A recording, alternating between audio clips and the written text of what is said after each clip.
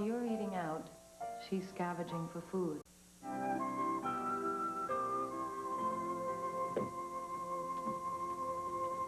Here, Reg. Hey, Jane. What's new? Nothing. Not a thing. Except that. Whoa, who is that? Her name is Brandy Raw. She's 13, and she started school yesterday. Great. And she has a boyfriend named Tyrone who can reduce you to bite-sized chunks. For a fox like that, I'll take my chances. Brandy doesn't know it yet, but she's about to crumble to Reggie power. Well, then you better make it fast. She can't hold much more water. My motto is wrap 'em and trap 'em. I'm just gonna slide up to her and say, hey, little mama, don't be a fool. Stick with Reg, 'cause I'm smooth and cool. Watch this. Hey, little mama. Yes? Are you okay? Come back when you learn how to talk. See ya.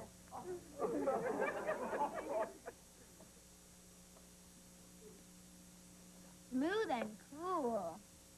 What happened to you, Reg? I don't know. I looked at her. She's got those big, soft, brown eyes. So do cows. I just can't explain it. It's like something suddenly took my breath away. Maybe your shorts are too tight. You know what it is, Jamie? It's love. For the first time in my life, I'm in love again. But I acted like such a numbskull. What am I going to do? Well, you can tell her. Yeah, but what if I get cold feet again? Well, staying away from her isn't going to warm them up. Why don't you call her over the phone when you're not looking into her big brown cow eyes? I can't even do that. My folks grounded me from using the phone. I'm not grounded. Why don't you tell me what you want to say to her, and I'll tell her. I'll say I'm your message service, and then she can leave a message. Hey, that's a good idea. Jamie, you're a real pal. Hey, what are pals for? That'll cost you $1. Hey, you got it. You know, you can make a fortune from all this. Half of our class is grounded from using the phone. Yeah? Half the class, huh? All I need is a phone answering machine. And I got that. Vicky, you'll be my phone answering machine. And we're gonna be rich. What do you say to that? Maybe your shorts are too tight.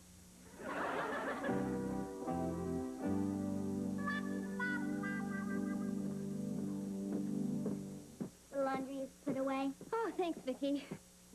Oh, there. I hope this is doing me some good. It's important for a woman to keep her chassis classy. You want to give it a try? I'll try.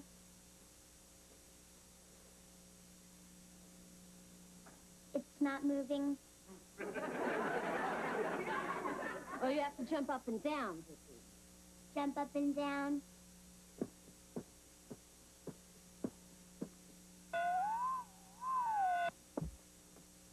Nice of you to drop in, Vicky. I've got to keep my chassis classy. I was just showing Vicky how to use the trampoline. How was your day, honey? Not as good as my night's gonna be. Come here. Not in front of the IDK. That means me backwards. Well, he said, changing the subject, ran into Mr. Jennings today. Oh, the president of your company? No, his son, Harold, the future president. And so I invited him and his wife over for dinner tomorrow night. Can't hurt to play a little office politics. You understand, right? Sure. Well, you know, actually, I like Harold. It's his wife, Cynthia, I can't stand. But she's always walking around with her nose up in the air like she's smelling something. And what she's smelling is us. Can I have something to nibble on before dinner? How about some carrot sticks? How about an ear? Not in front of the IDK.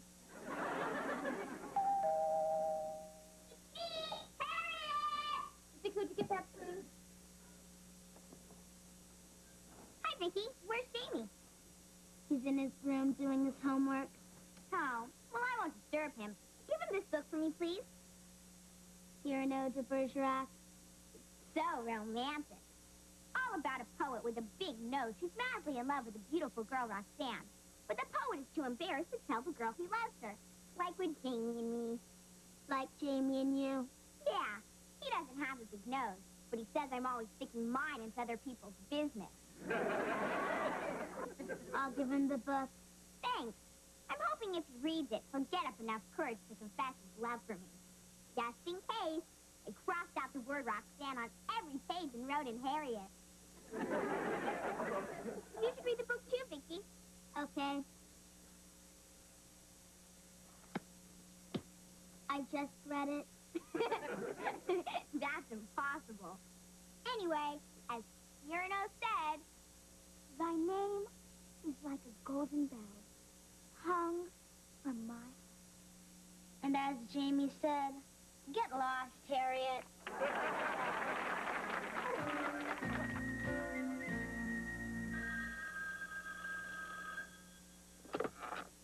Jamie's message service. Please leave your message at the sound of the beep. This is fantastic. We've already made $6 just from the 7th grade alone. If this keeps up, I'll be able to buy the 7th grade. You can play back that last message, Vicky.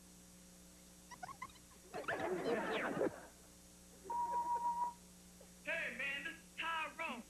Tell Brandy I'm going with my folks tomorrow, so I won't be able to meet her at 10 in the schoolyard. Yo.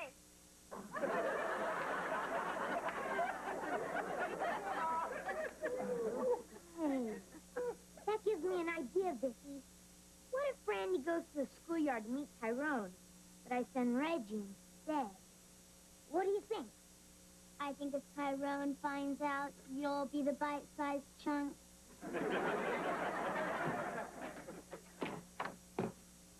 Oh, hi, honey. Joni, what's going on? I've been trying to phone you for over an hour, and the line's been busy. Who have you been talking to? Oh, nobody. I just got home myself. I've been out shopping for tonight's dinner with the Jennings. That's why I was trying to call you. They had to cancel out. Oh, I couldn't be more disappointed. I guess the phone's out of order. I guess it isn't. Wonder what was wrong. Jamie's message service? No wonder the phone was tied up. Well, I got a message for him. The phone's going to be okay. He's going to be out of order.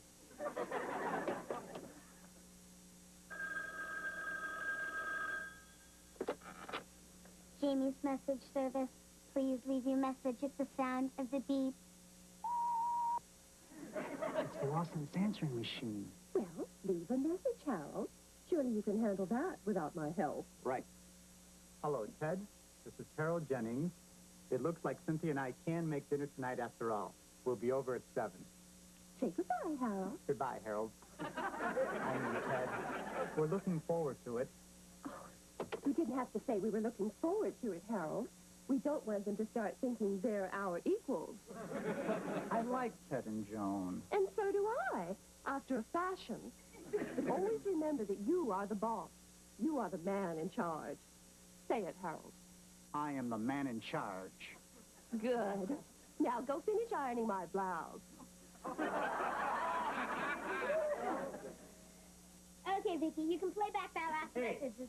What's all this about Jamie's message service? Oh, hi, Dad. It's our new business. We take messages for the kids who are grounded from using the phone. Want to leave a message? It'll cost you $1. Jamie, you tied up the phone for over an hour. What if there was an emergency? And don't you realize you're helping these kids disobey their parents? Really? Now that you put it that way. Maybe I'm not charging enough. You're not going to be charging them anything. You're out of business and you're grounded from using the phone until further notice. But, Dad... No buts if you want to save yours. And Vicky, I don't want you taking or playing back any more messages. In fact, erase all those messages from your bubble memory module. Oh, wait, Vicky. A new message just came in, Dad. I don't know who it was. I don't care if it was E.T. phoning home. Forget it, Vicky. Vicky, just between us, who was that last message from? I forgot. On the next Home Improvement, what was supposed to be the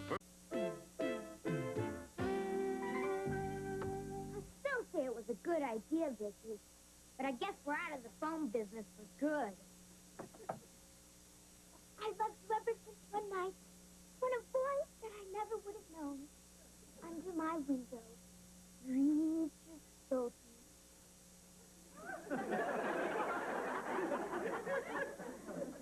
Can't you just say a simple hello? Don't you have a romantic bone in your head, Turkey? Now it's Cyrano de Bergerac. Didn't Vicky give you the book? I gave the turkey the book. Yeah, great book. I used it to squish a spider. I was hoping you'd read it and then tell me I'm the most desirable, enchanting creature on earth. But I'll settle for Frecklehead. I'll give you one thing, Harriet. You sure are persistent. I sure am. And I'm going to give you just 24 hours to read that book, Jamie. And what if I don't? Then I'll give you 48 hours.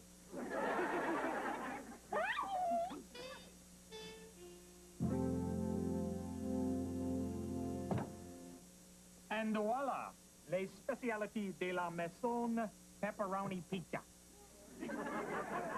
Oh, you mad, adventurous fool, you.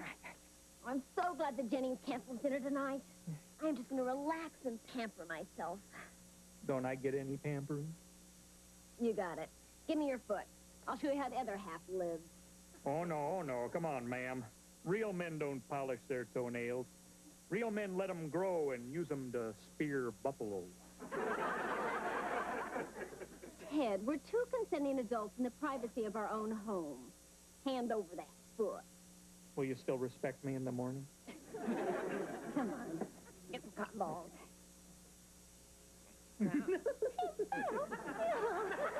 It tickles.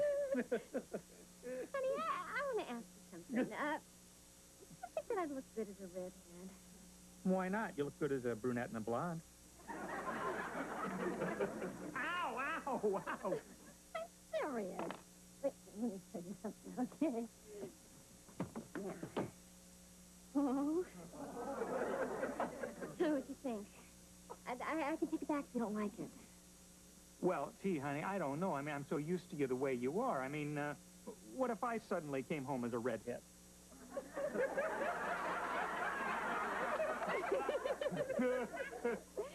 Come on over here. You gotta see this. All you need is a big ball on the end of your nose and exploding tan. I look like Orphan Annie with eyeballs. You think it's too busy with my outfit? Mr.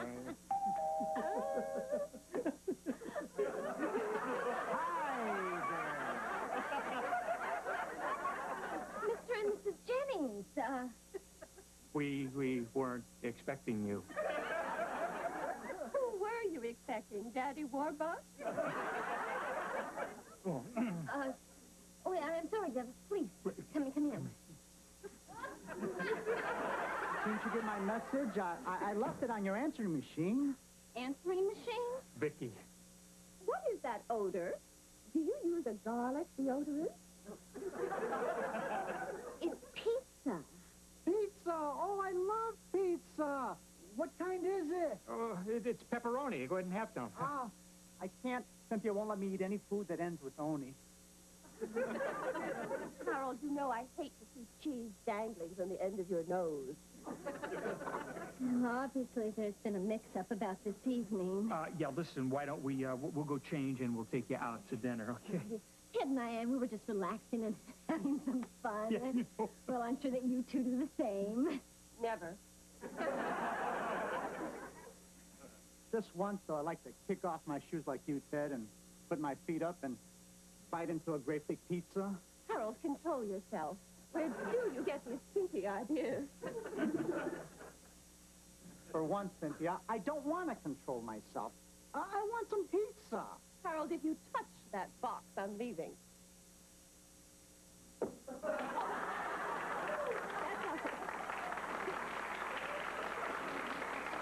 I'll wait for you in the car. And if I smell pizza on your breath, you're sleeping on the sofa tonight. Quick, let's have some pizza. Help yourself here. I'm really sorry about this, Harold. Ooh, quite all right. Don't worry about it. Mmm, heaven. makes the whole evening worthwhile. Don't you want some more? No, just enough to keep me on the sofa. Thanks for everything. Harold, are you coming or not? Can I use some of your cotton balls, please? For your toes? Harold! No, for my ears.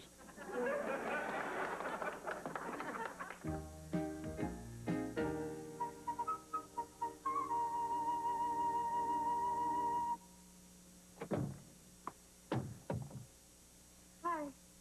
Reggie, I was just coming over to see you. Look, I've got it all worked out for you to get together with Brandy this morning at the schoolyard. What you talking about, Jamie? She's expecting to meet Tyrone, but you're going to show up instead, numbskull. Oh, man. You know what happens when I see Brandy?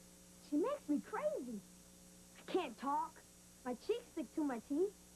What could I say that wouldn't sound stupid? You could say, your name is like a golden bell hung in my heart. And when I think of you, I tremble, and the bell swings and rings. That's wow. Where'd you get that from, Vicky? Cyrano de Bergerac, a book about an ugly guy who tells his handsome friend what to say to win the heart of his beautiful girl. Hey, that's the answer to your problem, Reg. How's that? Well, Brandy's the beautiful girl, and you're the handsome friend. Hey, yeah. You're the ugly guy. So what's the plan? Well, I haven't read the book, but Vicky has. She'll be Cyrano and tell you what to say. Right, Vicky? What'd you talk about, Jimmy? And we'll be hiding right here, Reg. So if you get into trouble, come on over to the drinking fountain for a drink. Vicky will tell you what to say. Okay. What do I say first, Vicky? A kiss, the word is sweet. What will the deed be? A kiss. The word is sweet. What would the deed be? Are your lips afraid, even of its burning name? Are your lips afraid, even of its burning name? Got it. There she is. Go get it, pal. Oh, hi. You're the one with the speech problem? What do you want? Your deed is sweet, and don't be afraid to burn your lips. What? I need some water. I blew it. I heard. Vicky, give him another line. Shall my eyes sink beside of you like wine, with a look that is a kiss? Got it. Are you okay? What were you saying? I've got wine in my eyes and at the sight of you, and kiss my drink.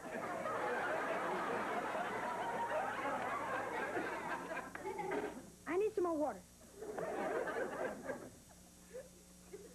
I blew it again.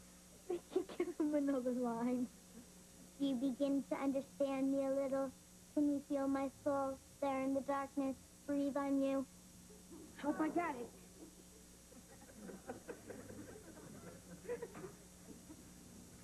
Do you mind telling me what is going on? Brandy, did you begin to understand me a little? Can I breathe on your soul while you feel me in the darkness?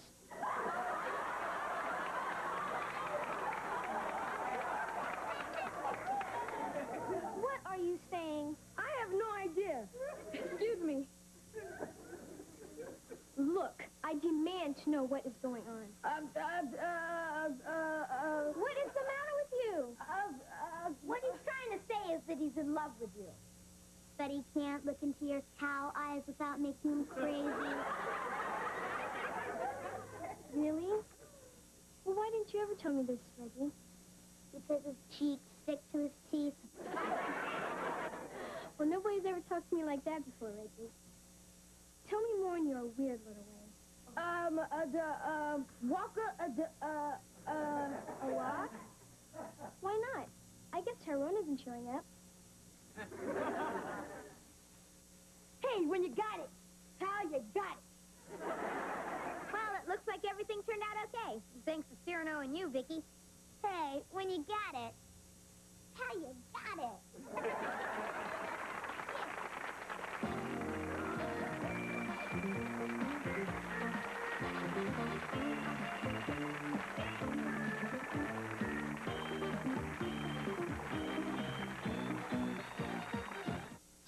Defense International gives you great...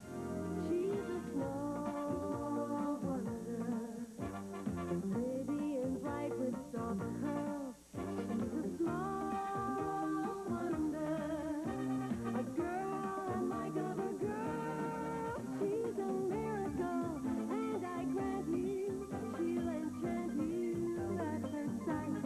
She's a small wonder, and she'll make your heart take flight. She's a small wonder, pretty and bright with soft curls. She's a small wonder, a girl unlike other girls. She's a miracle, and I grant you, she'll enchant you at first sight. She's a small wonder, and she'll make your heart take flight. She's fantastic, made of plastic, microchipped here and there. She's a small wonder, with love and laughter everywhere.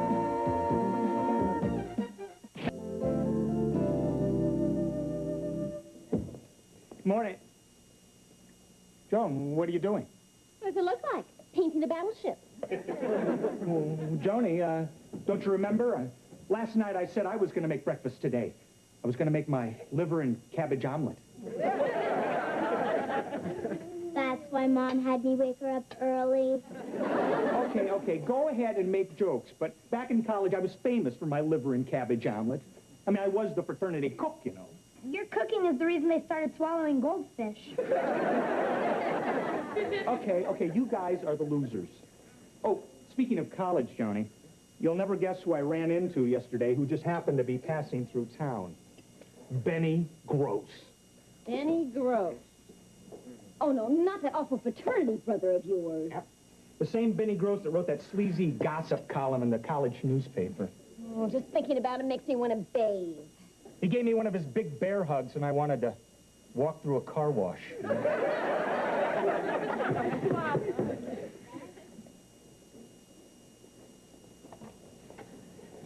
Hi!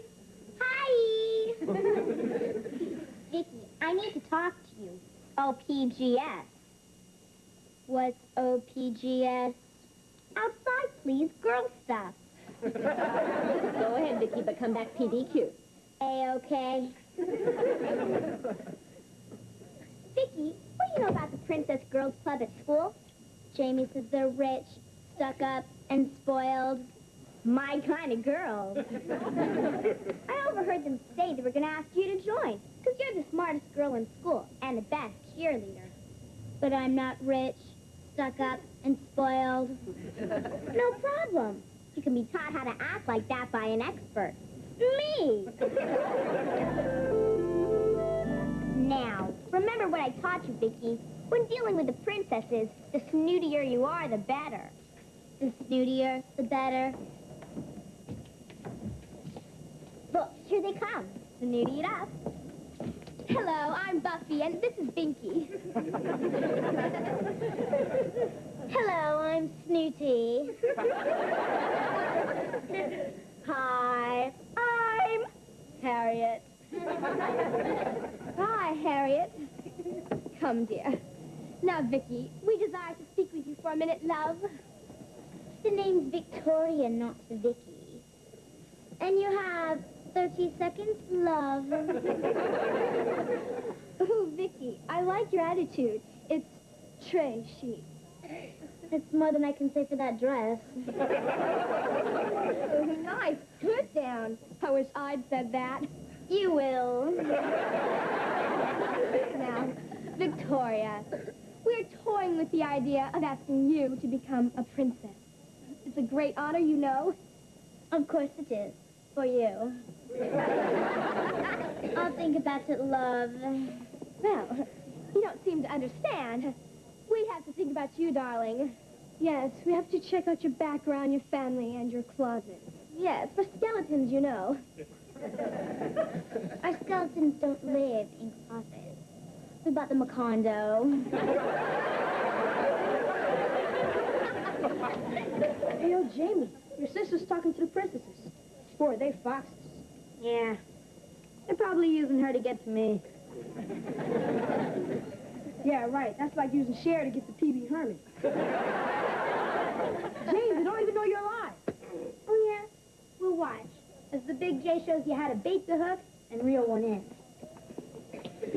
Hey there, foxes. Que pasa?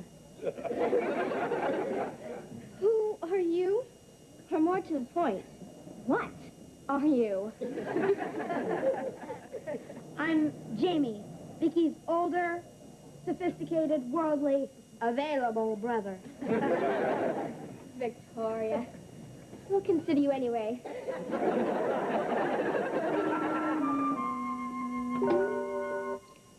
Oh, hi. Would you give me a hand watering these plants, Vicky? Joan, darling. The name is Victoria, and I don't do menial tasks. What? That's why we have hired servants. Well, we don't happen to have any hired servants. Then hire some. Oh, hi. What's up? Ask Queen Victoria. Who? You better take a look at Vicky. She's acting very peculiar. In a minute, honey. Would you believe... Theodore, darling, would you be a love and inform the kitchen staff to serve me a light repast in my boudoir? Well, hold it, Queenie. Yes, Daddy, dearest. Well, apparently somebody reprogrammed her. She's having a circuit malfunction. Turn around, Vicky. As you wish, Peter.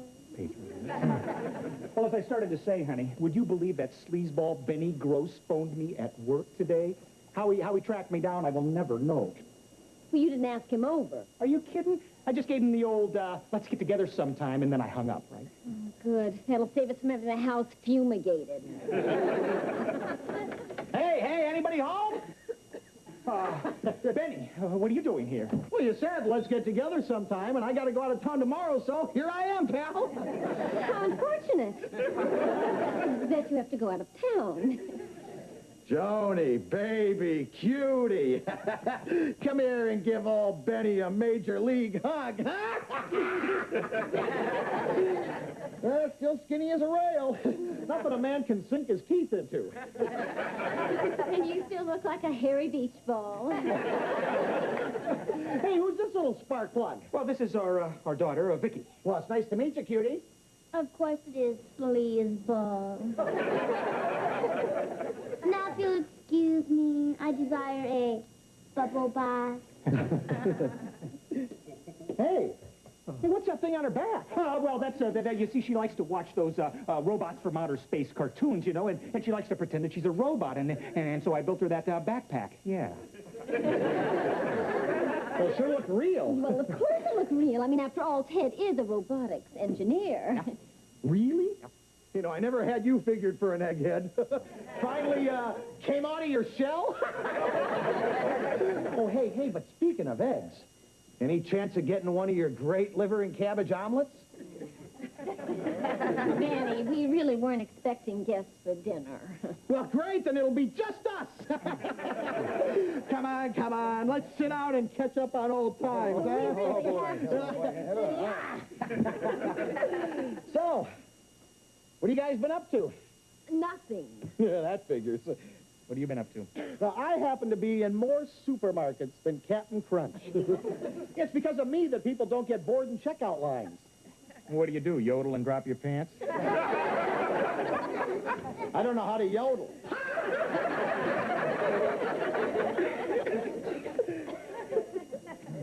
No, you know those gossip papers they sell on the checkout lines? Well, I am the ace reporter for the National Tattletale. You're kidding. Hey, if I'm lying, I'm dying. Well, wait a minute, Benny. You mean you write those stories like the ghost of Elvis cured my baldness? That was one of my best. But it couldn't compare with my Nebraska wiped out by mayonnaise famine. Or my Siamese twins win doubles title in tennis tournament. You actually wrote those stupid stories? You actually read them? Well, I was a very long line, and I had more than 10 items. Benny, where do you get all these strange ideas? Oh, any place. Well, look, like you've just given me a great idea for a story. We have what? Yeah, it's about a story about a robotics engineer who builds a robot and passes her off as his human daughter. What? Come on, Benny, that's absurd. I mean, that kind of technology is years away. I mean, see, it's absolutely impossible. Yeah, I suppose you're right. Yeah, the only paper that'd print that drivel would be our competitor, the Public People Peeper. Yeah. They'll print anything. Oh, but not me. It's nice to know you have such high standards. Oh, you said the S word. I'll start dinner. Ted, would you get the large serving platter down for me, please? Yeah, sure, honey. Try to make yourself at home, Benny. Hey, take your time, take your time. Oh, sure is a nice place you got here, pal. Guess the nerds wind up with all the bucks.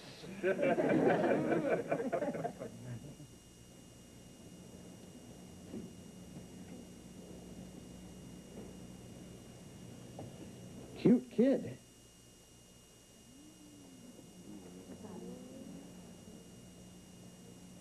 Nice frame.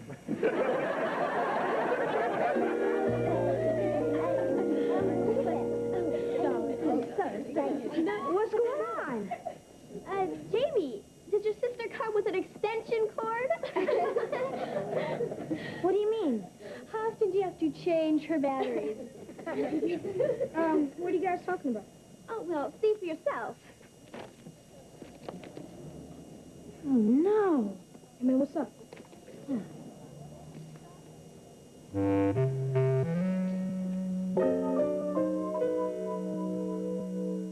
Small Wonder will return after these messages. Joni, I'm home. I'll get it. No! Don't answer that. Why not? It's probably just another crank call about Vicky. It seems that everybody in town has read that article.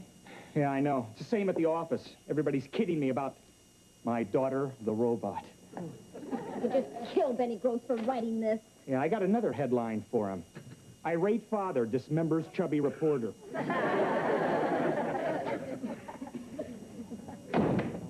Hi. Jamie, what happened to you? I got into a fight about someone making fun of Vicky. Who? The 8th grade. Oh, Jamie. Kids can be so cruel when they think somebody's different. In fact, I know some adults who aren't much better. Unfortunately for Vicky, a robot can't have any feelings about the whole thing. Hi, honey. Am I a robot? Of course you aren't, sweetheart. You're our own sweet little girl. You see, it's not possible for us to love a machine as much as we love you. We love you very much, honey. You are the dearest, most loving daughter a mother could wish for. Okay? Boy, you ask a simple question, you get a pageant. Dad, you ever gonna tell her she's a robot? I can't, Jamie. You see, she's programmed to think that she's a real little girl, so I can see how close to a human she can get. Another crank call. No!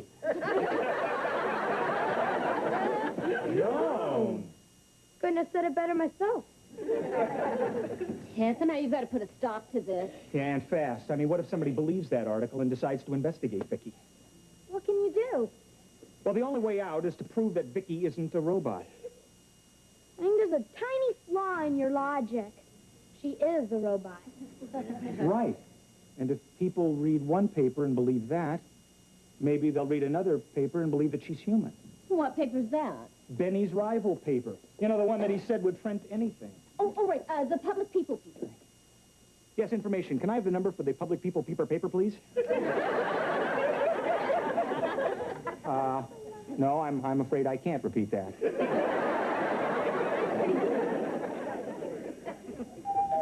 Oh, that must be the man from the paper, the public pooper scooper. I mean, the peeper. You were right the first time, honey. Kids, get ready. Ready? Mrs. Lawson? Yes? I'm William Willis from the Public People Peeper, the paper for peeping people. Please come in. Thank you. Hi, Ted Lawson. Please sit down. Thank you very much.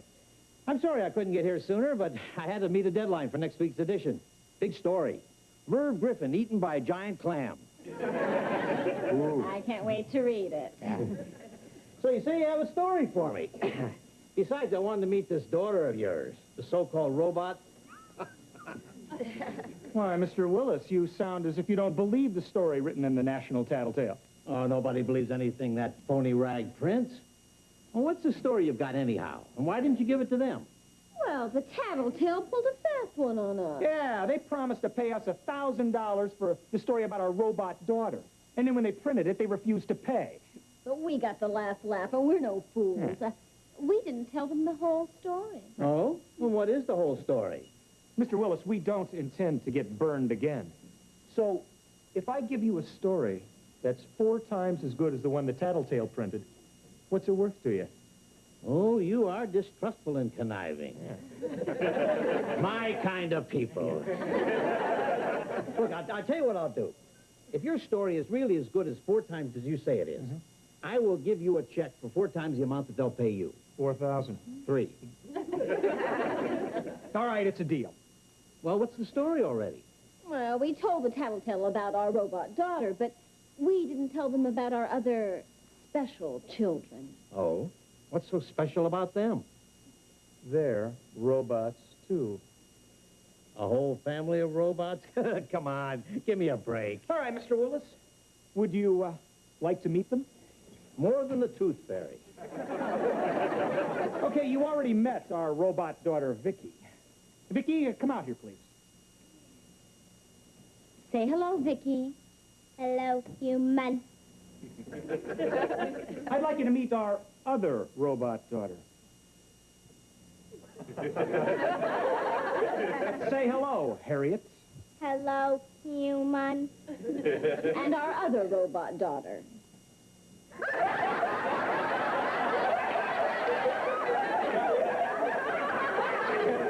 Say hello to Mina. Hello, human. And finally, our 4th robot daughter.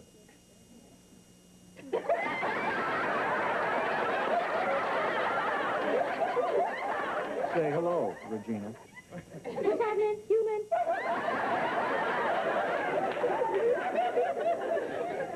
Absolutely amazing, aren't they? Okay, robots, let's show Mr. Willis what you can do.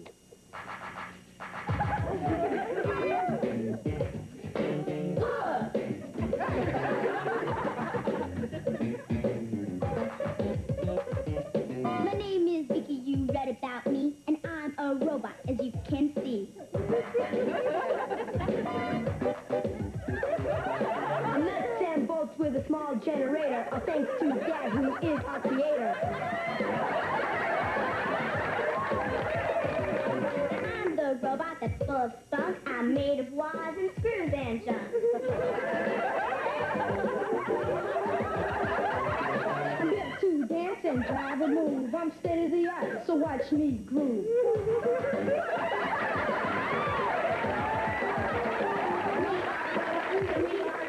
We don't need food, we don't need school, and sleep for us is way overrated because our circuits are integrated.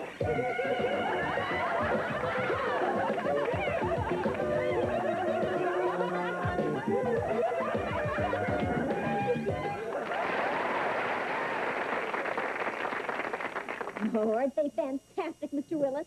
Front page stuff, huh? Hey, I wasn't born yesterday. Robots can't sing and dance like that. What's that you say? Not satisfied. Want more for your money? You got it. Robots, take your positions.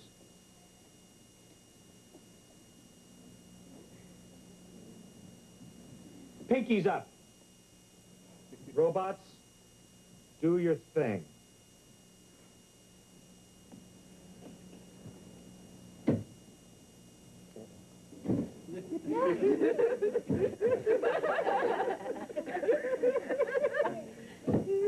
It's incredible.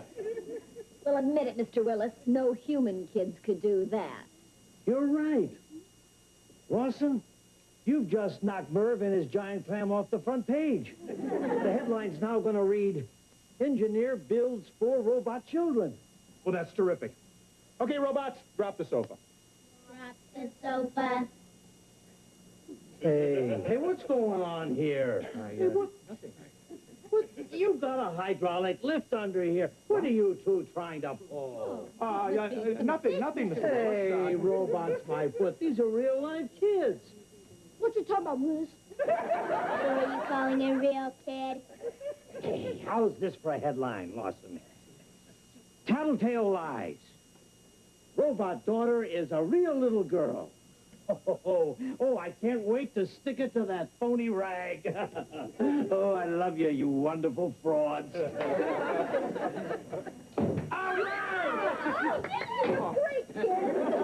And now our problem is finally solved.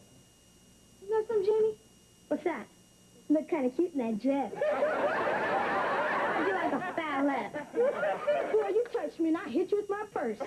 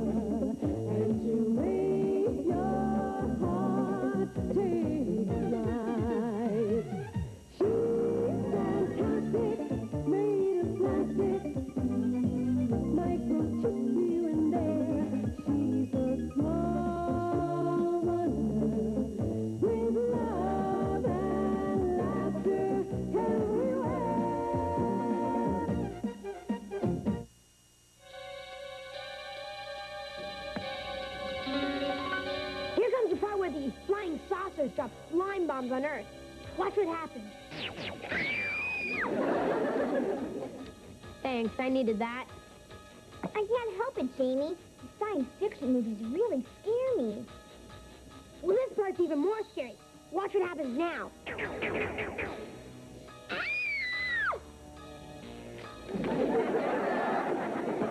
See, it scares Vicky, too.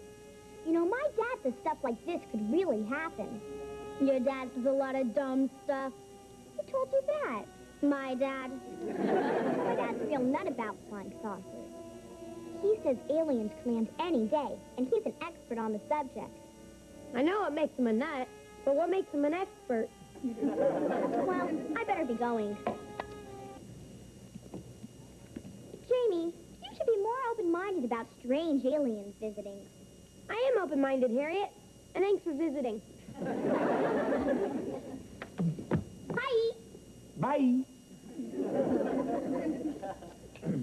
So, guys, the popcorn goes in your mouth. Where's the sofa? Mom sent it out this afternoon to have the spring fixed. Well, I got something really exciting to show you guys. Where's your mom? In the kitchen. Oh, Vicky, would you ask her to come in here, please? Mom, come in here! Thanks. Don't mention it. I'll be right there. Jamie, I have been working on this for months, and I finally got it perfected. I think. hologram generator. Wow, a hologram generator. Wow, a hologram generator. What's a hologram generator? Well, to put it simply, it'll allow Vicky to split her optic laser beam recording information at a specific point from two different sources, causing a seemingly real image that isn't there at all. That's putting it simply. In other words, Vicky can project a three-dimensional image, and you don't have to wear funny glasses. Here, I'll show you. Vicky, what do you see on this page? I see the Louis XV chair Mom said you were too cheap to buy. I am not cheap. That is a very expensive chair. For that price, it should come with Louis XV. Okay, Vicky, make a projection of that over there. Over there.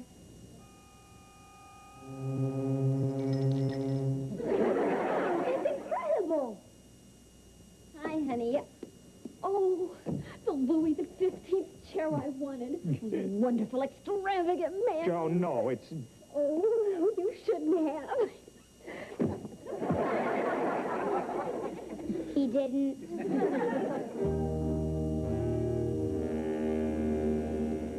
Vicky, we're gonna have a little fun with your new hologram generator. Can you make anything appear? Anything I've seen? Hi, Loverlump. Can I come over? No, Harriet. I'll be right there. I got an idea, Vicky. Can you make a hologram of that flying saucer we saw on TV last night? Yes, Loverlump. Okay, when I give you the signal like this, I want you to make it appear over the yard. And make the sound, too. We're gonna play a trick on Harriet. Yeah. Hi, Vicky. Hi, Cuddle Bunny. Hi, Harriet. I'm glad you're here. You are? Why? Well, we're neighbors, and neighbors should be friendly.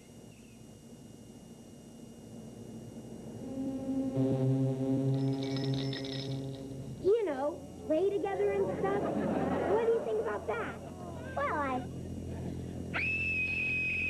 Look! Wow, a little flying saucer. Wow, a little flying saucer. Harriet, was that you that screamed?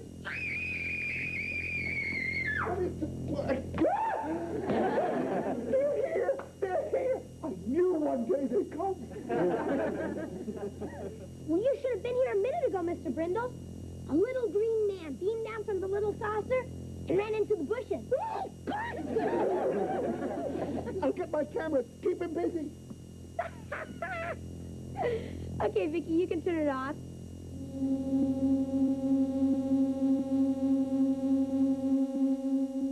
Boy, I sure burned their buns on that one. Hi. Hi, honey. How was work? Terrific. I'm going to present my hologram generator to the board of directors tomorrow. But how can you have Vicky do that? They'll find out she's a robot. No, honey, not with Vicky. I've got another projection system. You should really wow them. Maybe even get me a promotion. But the best part is, Brandon Brendel won't be able to steal my idea this time. See, I built this thing right under his nose at the office, and he doesn't suspect a thing. Are you sure? What do you mean? He's out there sneaking around in our I backyard. knew it. I wonder what he's doing out there. He must be snooping around trying to find out about my generator. Looking for something, Brandon? Maybe this is fantastic. Did you see it? See what? The flying saucer. Flying saucer. It was hovering right over your yard. And a little green man got out and ran into the bushes. Little green man. Are you sure it wasn't the Johnson's dog? Sometimes they dress him in funny clothes. It couldn't have been a dog the saucer wasn't hearing. When it comes back, I'm going to be ready for it. A picture of me with that little green man will make me famous. Yeah, two creatures from outer space. If you don't believe me, ask your own son. Jamie saw the flying saucer and the little green man. Jamie said that? That's right. That should prove I'm not as crazy as I look.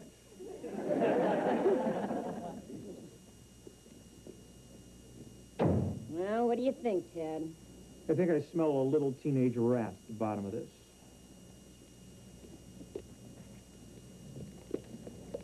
Jamie, what do you know about a flying saucer and a little green man?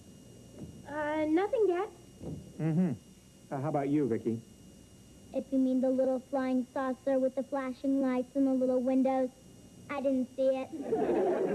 All right, Jamie, let's hear all about it. Well, I told Vicky to make a flying saucer using her hologram thing. Played a trick on Harriet. By accident, Mr. Brindle saw it, too. Jamie, do you know what you've done?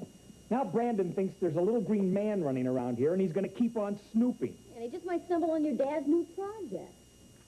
Can't we just tell Mr. Brindle there is no little green man? It would do any good. He's already seen the flying saucer. Yeah. And now we're going to have to arrange for him to see the little green man, too. Are you serious? I sure am. And as soon as he sees it, we'll have it zoom off into space forever.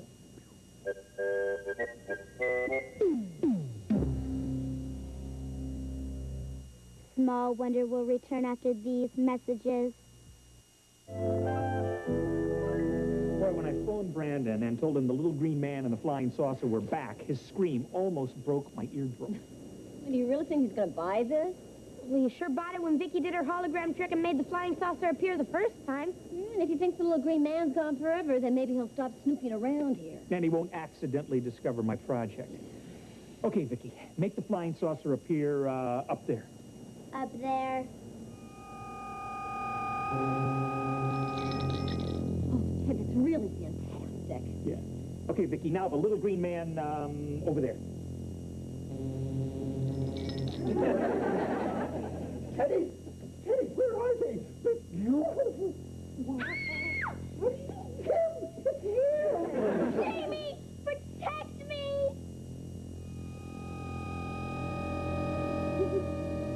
Look, he's going back into his spaceship. No! You wait 'em here. We talk 'em, smoke 'em peace pipe. Brandon, he's an alien, not Geronimo.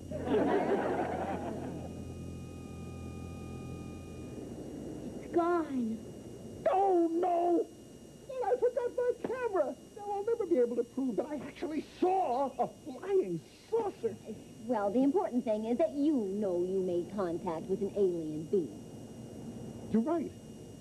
You're right. I have actually had a close encounter of the third kind.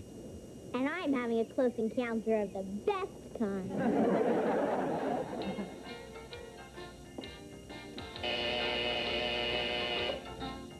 Time's up in the soft chair. Oh, I can't wait to get the sofa back from the upholsterers.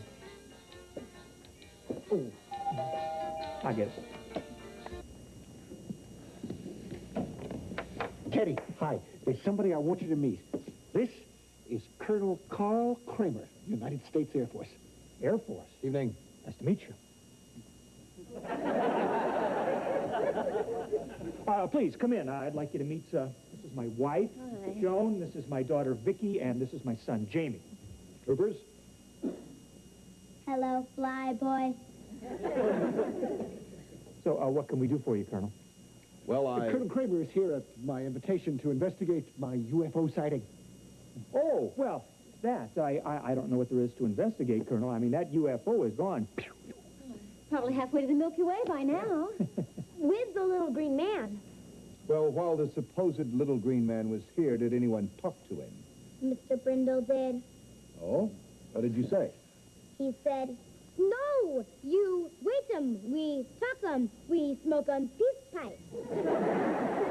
Make up your mind, Brendel. Was it a little green man or a little red man? No. It was a little green man. They'll tell you. Little green man. Jamie, why don't you take Vicky into the kitchen, finish her homework? But I already finished my homework. He's trying to get rid of us, dummy.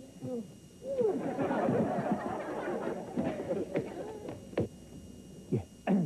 Well, Colonel, gee, I'm awfully sorry you had to come all this way for nothing, but I want you to know it was really nice to meet you.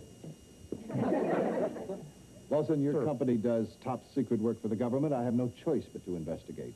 But what if the flying saucer doesn't come back? They never do. These sightings are usually hoaxes reported by some kook. But when someone like Brindle, a supposedly respected cybernetics engineer, an upstanding citizen... Peach of a guy. Yeah. When someone like that reports it, well, it casts a different light on it. We won't bother you. We'll just bivouac in your backyard for the next couple of days. Couple of days? Brindle, will you help me set up the equipment? Sure. I'll even bunk down with you. We can scan the heavens together. 2 heads are better than 1. You should know. Great. Ted, isn't there some way to get rid of them? Well, only if Brandon tells the Colonel that the whole thing's a hoax and that he's a kook. I'm sure the Colonel already thinks that Brandon's a kook, but he would never tell him that it was a hoax. He would if a certain someone asked him to. Who's that? The little green man.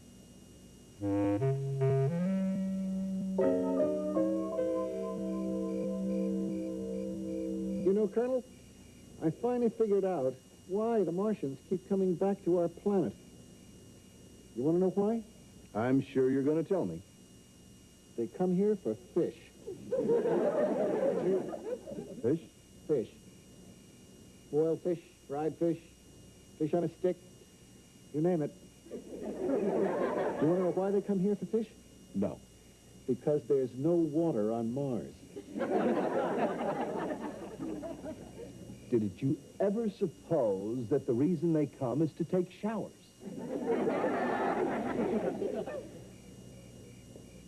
Boy, you're good. No wonder you've got all that fruit salad on your chest.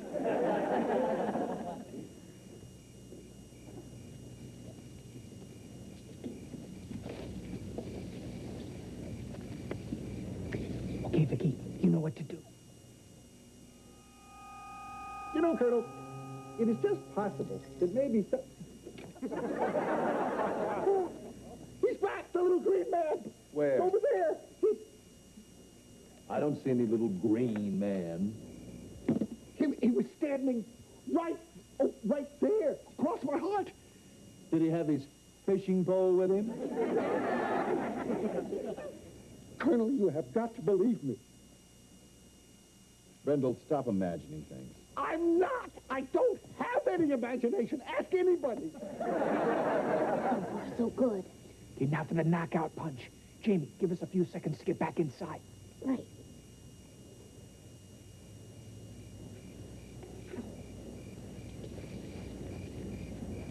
Mr. Brindle? Dad said he wanted to talk to you. It's very important. Not now, Jamie. The Colonel and I are soldiers together on this mission. It's okay, soldier. But, Colonel... Chin, hut. Left, face, forward, march. Hut, hut, hut, hut, hut, hut, hut. What a weenie. What is it, Teddy? Make it fast, huh? Oh, no. Brandon, we saw the little green man in the house. No! I just saw him outside! He spoke to us. No. Yeah. He said he wanted to speak to you. Me? What did he want? He didn't say, but it must be very important.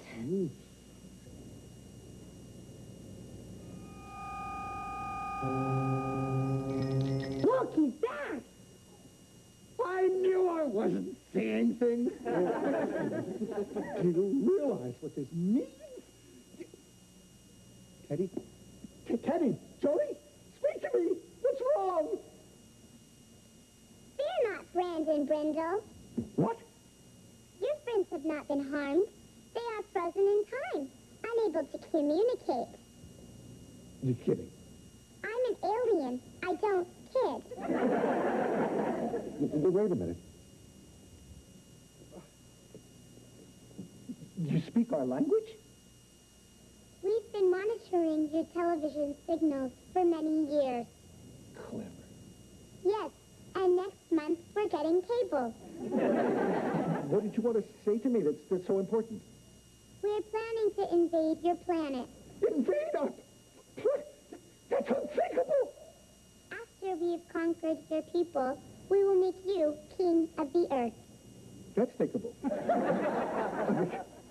King Brandon. But why me? We've been studying you. We know you are a respected cybernetics engineer, an upstanding citizen, and a real peach of a guy.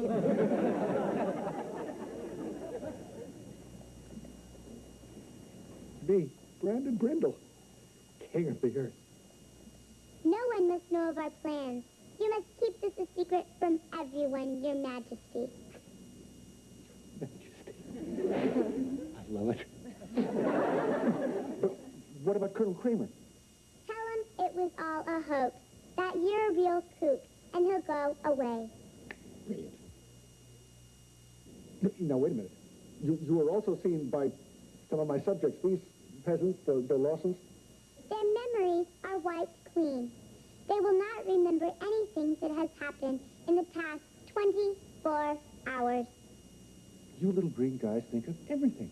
I must leave you now, but I will return King Brandon. Live long and prosper. Nanu, nanu. Beam me up, Scotty.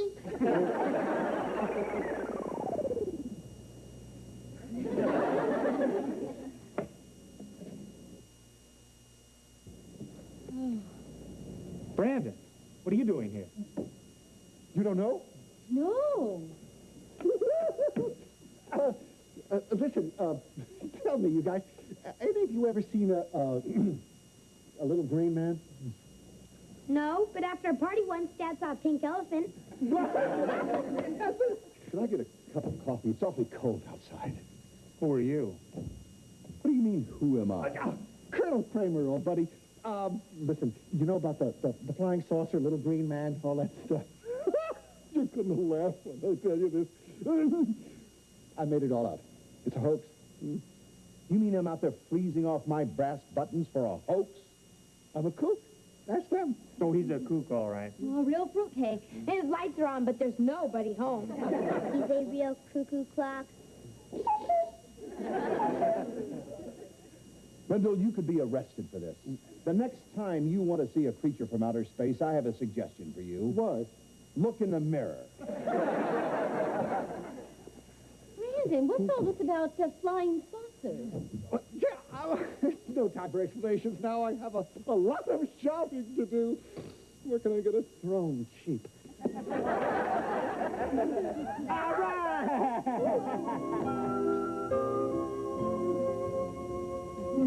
Morning, Vicky. Morning. Oh, look, the sofa's back. Hey, great. When did it arrive? Early this morning. No more sore behinds. Let's try it out.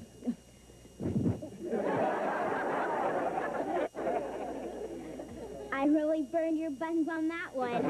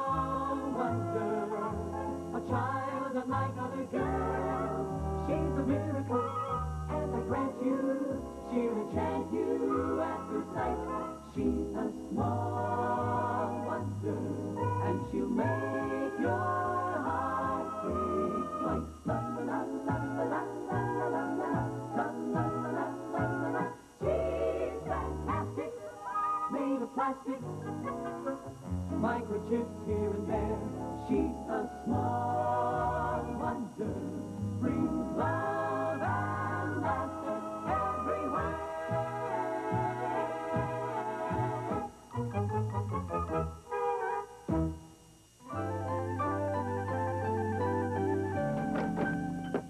Hello? We're back from shopping. Is anybody home?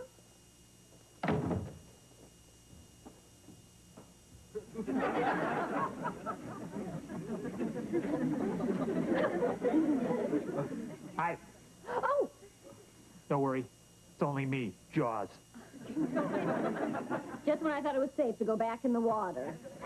Well, I just thought I'd check this stuff out before we go on our company convention to Bermuda. Oh, look at this. I bought the cutest swimsuit for our trip. Hmm? Oh, honey, thanks. I'll look adorable in that. Oh, sexy yet practical. I mean, some women look so ridiculous in this tiny swimsuits they can barely squeeze into. Yeah, it's like trying to put a Volkswagen cover on a truck. They took this picture of me at the shopping mall. Oh, that's really cute, Vicky. What's this on the back? With the taking of this picture, your little girl is entered as a contestant in the Little Miss Shopping Mall Beauty Contest.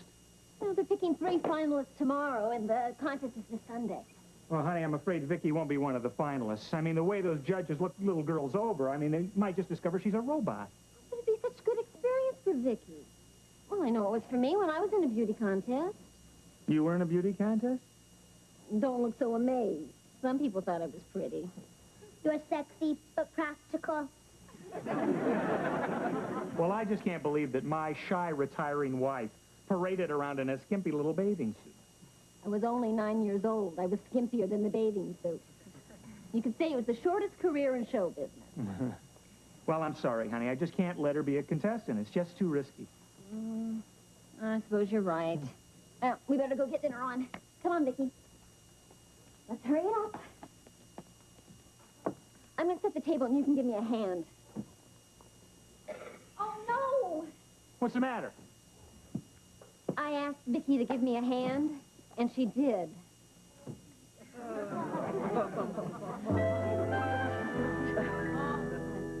Oh, great. Lasagna, honey. Oh, thanks. You ate too much. You probably get heartburn. Lasagna doesn't give me heartburn.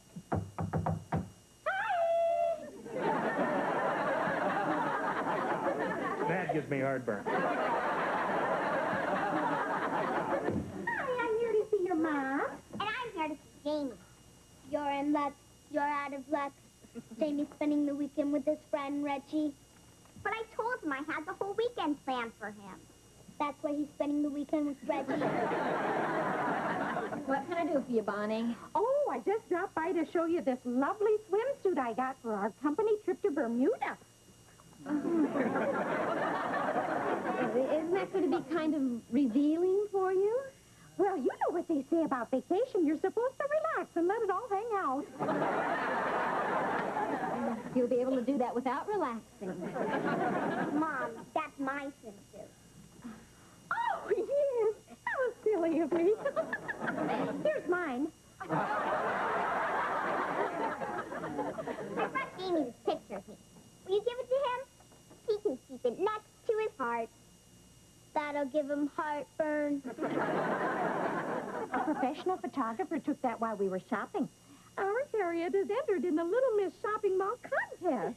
You know, they took a picture of Vicky in that contest, too. Oh, Joni, why waste your time? What, with Harriet in the contest, she doesn't have a chance. I mean, look at this gorgeous red hair as opposed to Vicky's mousy mop. Mousy mop? Well, look at this face. Smile for him, honey. Is that a winning smile? And Harriet has such presence. When she talks, people listen. Mommy. Cool it, Mommy's talking.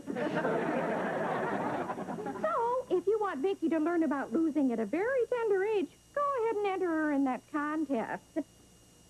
Oh, honey, show them that winner's bow that I taught you. Oh, no, honey, like this. Come, my little beauty.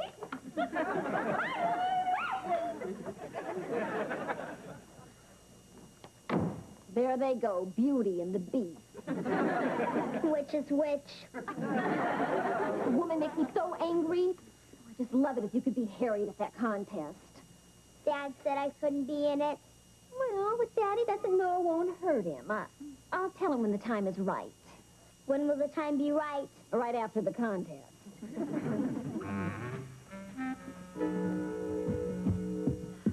Vicky, just in case you're picked as a finalist today in that contest, I wanted to show you how to walk. I'm already programmed how to walk. No, I mean a special kind of walk that girls do in a beauty contest. Now watch. You put a book on your head like this, and then you walk so that the book doesn't fall off. Got it? Here, you give it a try.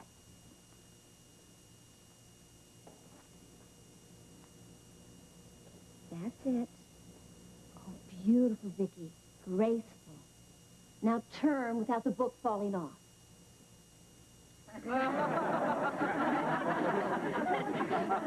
Vicky, stop. You'll screw yourself into the ground.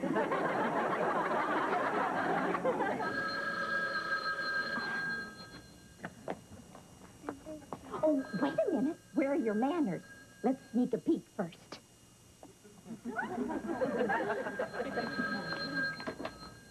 Hello? Yes, this is Mrs. Lawson. Yes? Oh, really? Oh, that's wonderful. Oh, we're just thrilled. Well, you betcha. All right. Thank you so much. Bye-bye. Oh, yes. You were just chosen to be one of the 3 finalists in the Little Miss Shopping Mall contest Sunday. I'm going to think of something special for you to do in the talent part of the contest. Now, this is our little secret.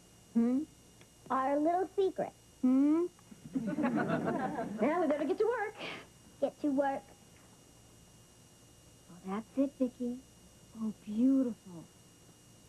Gracefully. Oh, that's great, Vicky. That's right. Turn, Vicky.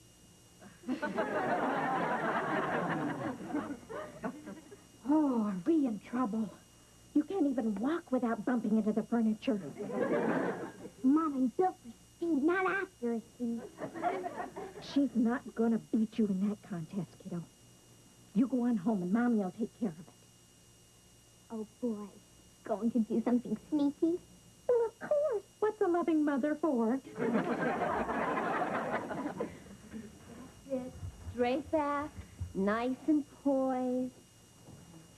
Hi. Loved ones home. Stop, Vicky. What's going on?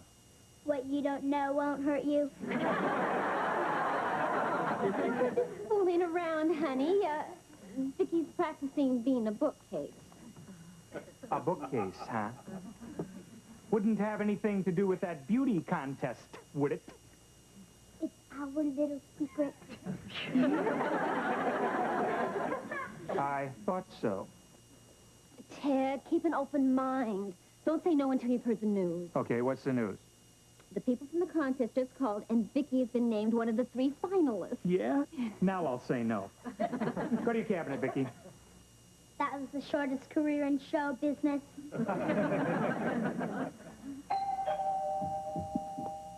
Hollywood scandal? Hi! Oh, I'm so excited. I just dropped over to tell you that my beautiful Harriet has been chosen one of the finalists in the Little Miss Shopping Mall contest. Oh, really? Well, it just so happens that Vicky was, too. Oh, yes, so I overheard. So they told me.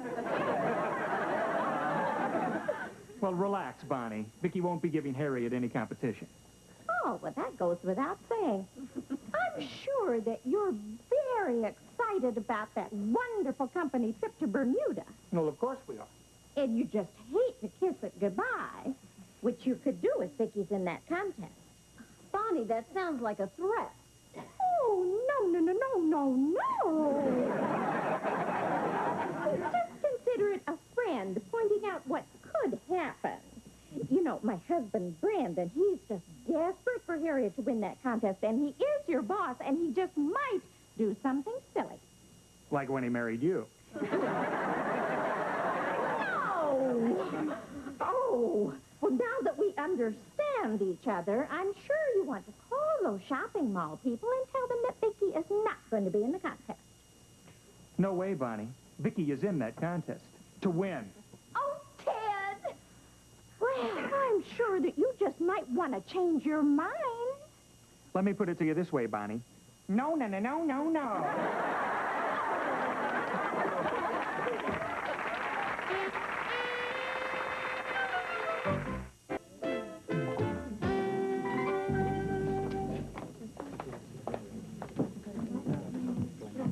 This is gonna be great. kind of nervous. I guess I'm glad Janie's not here to see his woman sweat. I hope I don't blow it. Oh, honey, you'll be fine. Now, just remember, you're talented. You're beautiful. We love you. And if you don't win, life as you know it will be over. 2 minutes to showtime. Oh, I think it's going to look so cute doing that song and dance number that I taught her. Even better than I did it when I was a kid. Well, honey, she won't be doing that song and dance number. I sort of reprogrammed her with something a little bit more spectacular.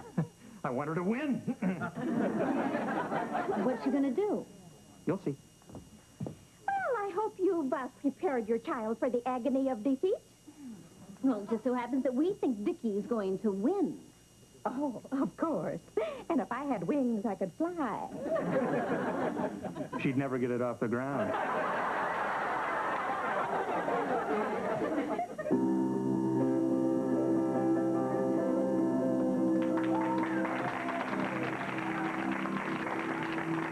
yes. Thank you. I'm Louis Sparks, your master of ceremonies, and welcome to our Little Miss Shopping Mall contest. Oh, I just got back from Las Vegas. It's the only place in the whole world you can arrive in a $10,000 car and leave in a $300,000 bus. But they got a new slot machine there now. Takes unemployment checks. These are the jokes, folks. That's the last joke I'll ever buy from Jack Palance. But enough of this bombastic hilarity. It's time now to meet our wonderful 3 finalists, and here they are.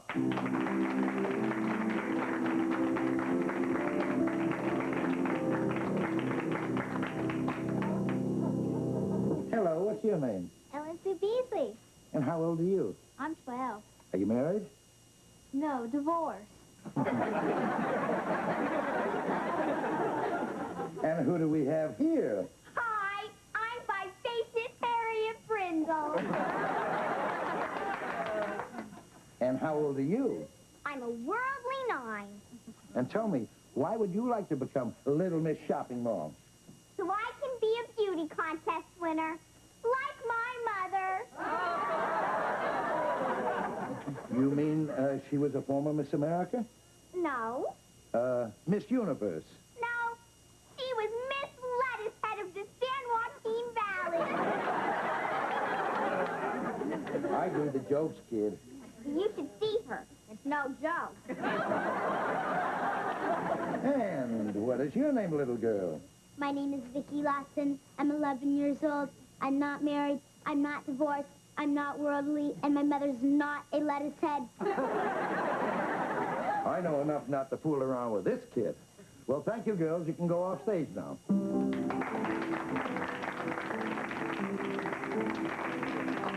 Well, comes time now for our talent competition. And leading off with a fantastic rendition of the Saints Go Marching In, Ellen Sue Beasley.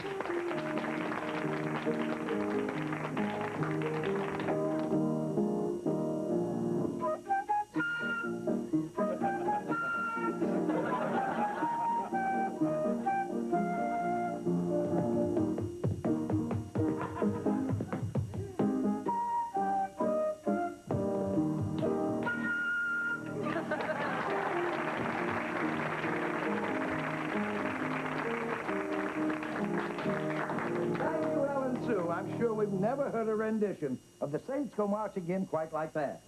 She really rendered it. And now, to dance her way right into your hearts, contestant number 2, Harriet Brindle.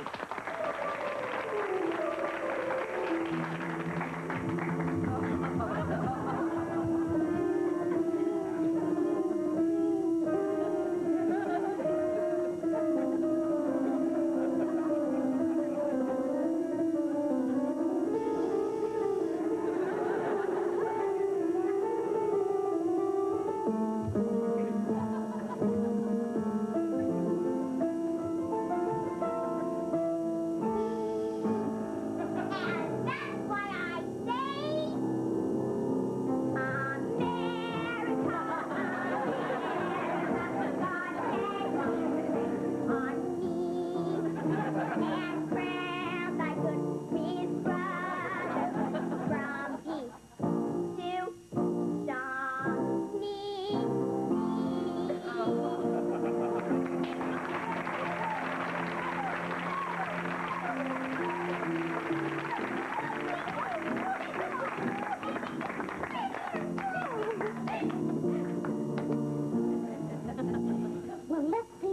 big top boat, huh?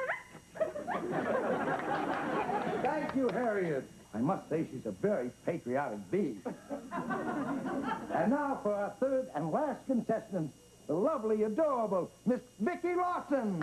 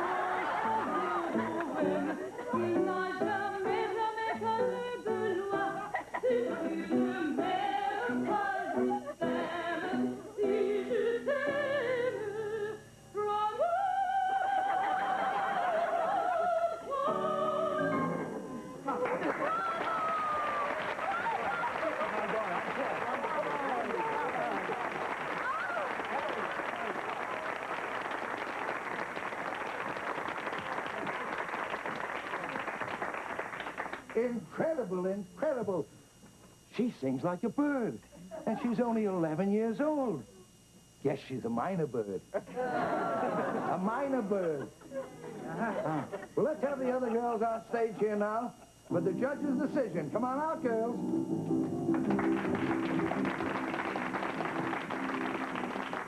You were all wonderful girls, but unfortunately, there can only be one winner.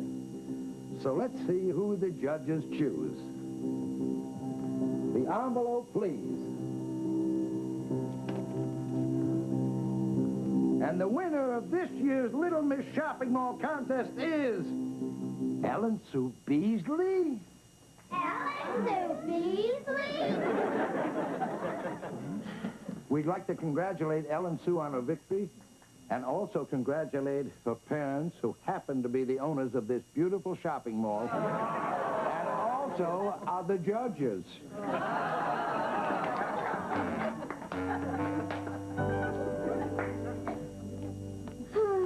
Well, you did a great job on Vicky, honey.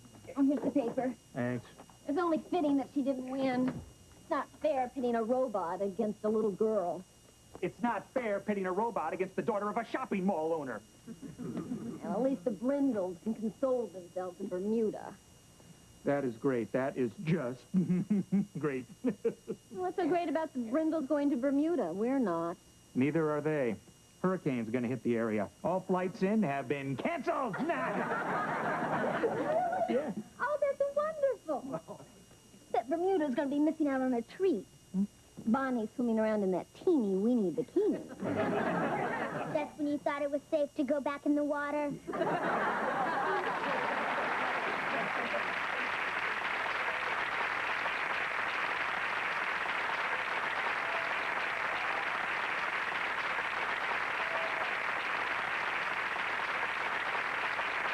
Small wonder, lovely and bright and soft birds. She's a small wonder, a child unlike other girls. She's a miracle, and I grant you, she'll enchant you at first sight. She's a small wonder, brings love and laughter everywhere.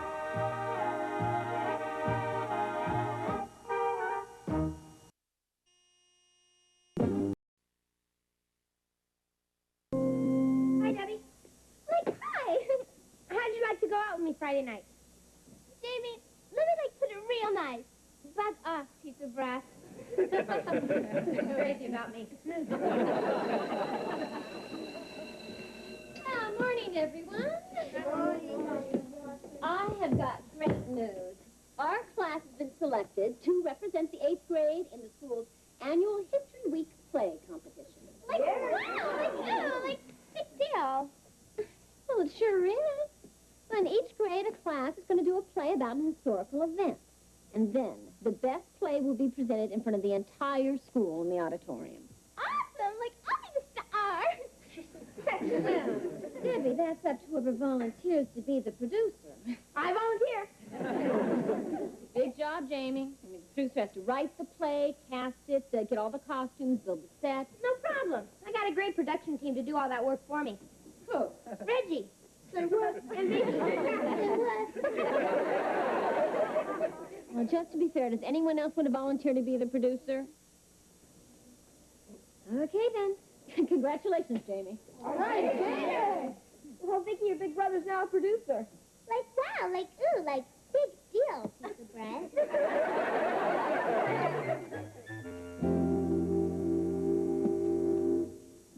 Hi, hon. I'm home. And how was your day today, lovely lady? Fine. Well, what's the matter with your voice? Why, nothing. Why do you ask? You sound like you swallowed Walter Cronkite. Well, it was a day like all days, filled with those events that alter and illuminate our times. And I was there. Dad, why are you talking like a station break? Joni, I was sitting at my desk today when my phone rang. Okay. I was sitting at my desk today when my phone rang, and this voice invited me to be a guest on a popular talk show. Well, I recognized the voice right away. Oh, that's exciting. Well, who was it, Johnny? Oprah? Phil? Ralph. You're going to be on Ralph? Ralph Grogan, honey, the host of VIP, the radio show where people who want to know talk to people in the know. Oh, I didn't know. Tony, I'm gonna be talking about the exciting world of cybernetics. How about that? Honey, that's wonderful. Well? Well? Well, what suit should I wear on the show? And Ted, it's on radio. You can wear your birthday suit. Oh, yeah. Well, I still want to look nice. Why don't you help me pick something out, okay? Okay. Hi. Hello, children, and welcome to the kitchen. Jamie, we better come up with a great idea for the play. The 8th grade never won this competition. Yeah. Vicky, you know everything about history. What's a famous event we can write a play about? How about Betsy Ross throwing the first American flag?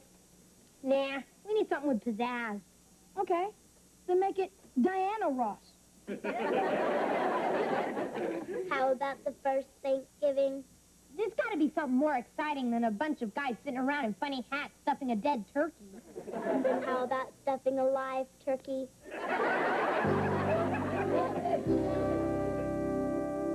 And then at the age of 14, Ralph, my grandfather bought me an erector set, and the rest is history. Ted, I don't think they're going to want to hear your whole life story on your radio interview. Oh, yeah, hon, maybe you're right. But I am a little nervous about tomorrow. I mean, I don't want to sound like a dummy. But why don't you help me practice? Well, sure, how? Well, why don't we pretend this is the radio station, and you can pretend to be Ralph Grogan, and I'll pretend to be Ted Lawson. I mean, well, you know what I mean. It's, you know, go ahead. Welcome to the show. It's nice to have you here. Thank you, Ralph. Why don't you tell us a little about the work that you do at United Robotronics? Well, Ralph, I was... Sorry about that. All right. Well, I'm sure that you've heard the phrase, Mr. Lawson, behind every great man is a great woman. Yes? Would you tell us a little something about the great woman in your life? Well, to be honest, Ralph, I'm a self-made man. I did it all myself. Really? Yes. Well, may I make a suggestion, Mr. Lawson? Of course. Remember when we talked about having another child? Mm-hmm. Do that yourself.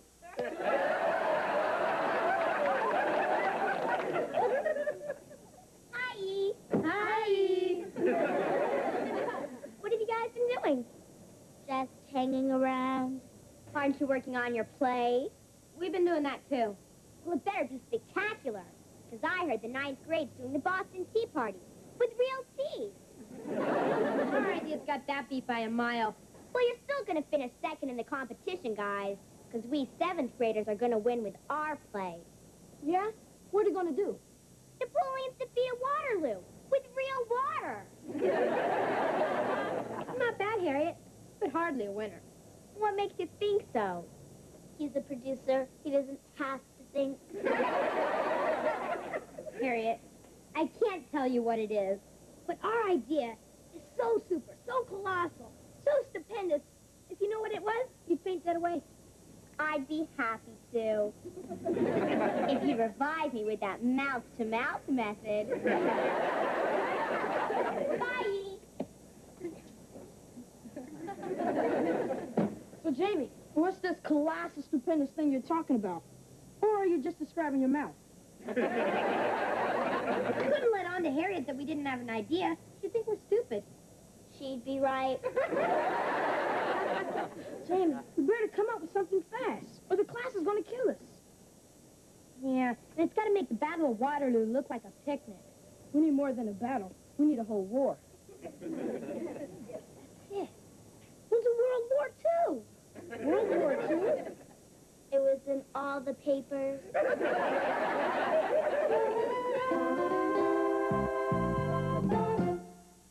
Small Wonder will return after these messages. On the next America's Funniest, see the most...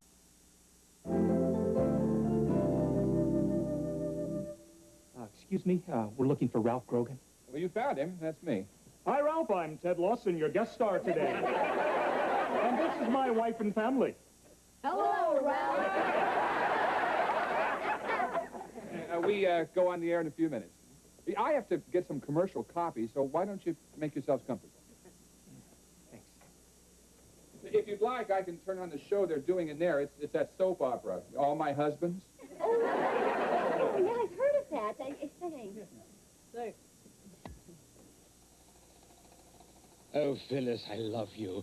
I can't live without you. Please get back in the car. Oh, Lloyd, my darling, when you put it that way, how can I refuse? That Lloyd sounds so sexy. You talk about sexy. I bet that Phyllis could melt the chrome off a trailer hitch. Oh, Phyllis, let's give it one more chance. My lips hunger for you. Kiss me. Lloyd, that talk!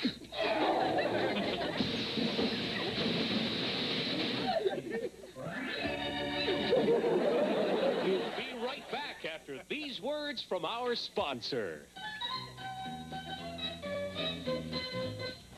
Hi, I'm all yours. We can wait in the studio if you'd like to watch the end of the episode. Oh, yeah, thanks. Can't wait to see that Lloyd. And Phyllis... Just be real quiet, please. Everybody stand by, please.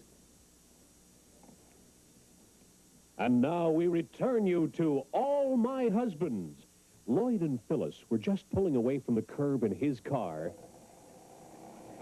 when we suddenly heard...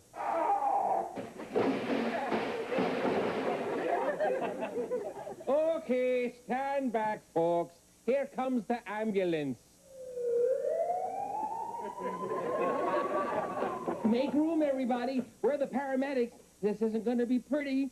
Are you all right, lady? Yes, I think so, but I'm not sure about Lloyd. Sweetheart, speak to me. It's Phyllis. That's Phyllis? Speak to me, Lloyd. Phyllis, I love you. Lloyd? Tune in All My Husbands tomorrow when we'll hear Phyllis say... What was that? Paramedic? Lloyd is dead? Dinner? I'd love to.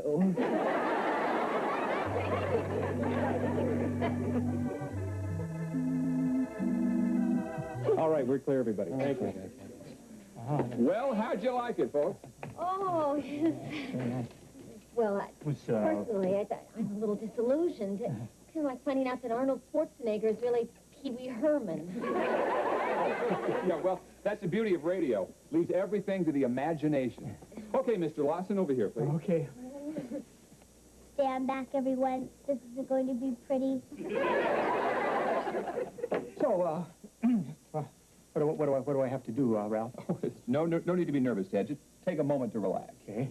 Yeah, we won't be on the air until that red light goes on. Oh, good. Good evening, folks. I'm Ralph Grogan, and this is VIP. My guest tonight is Ted Lawson, an authority on cybernetics and robotics. Welcome, Ted. How are you?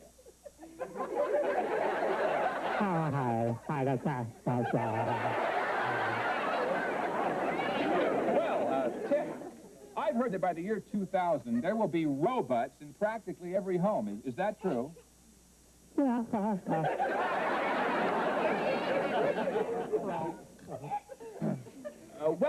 Let me put it this way, Ted. There'll be a lot of robots by the year 2000, right? Well, let's go to the phones. Our number is 555-2999. Here come those calls.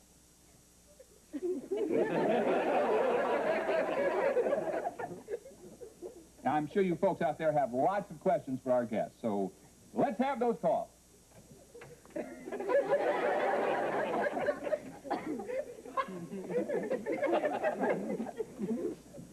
We'll give a free dinner to our first caller.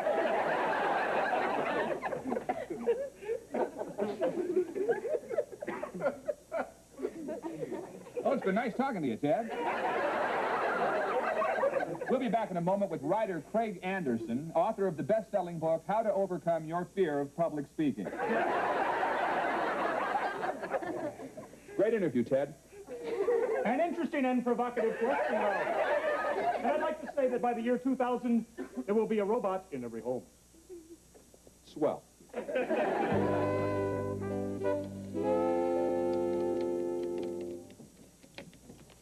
Almost finished typing our play, Vicky? Almost. Well, could you speed it up? Speed it up.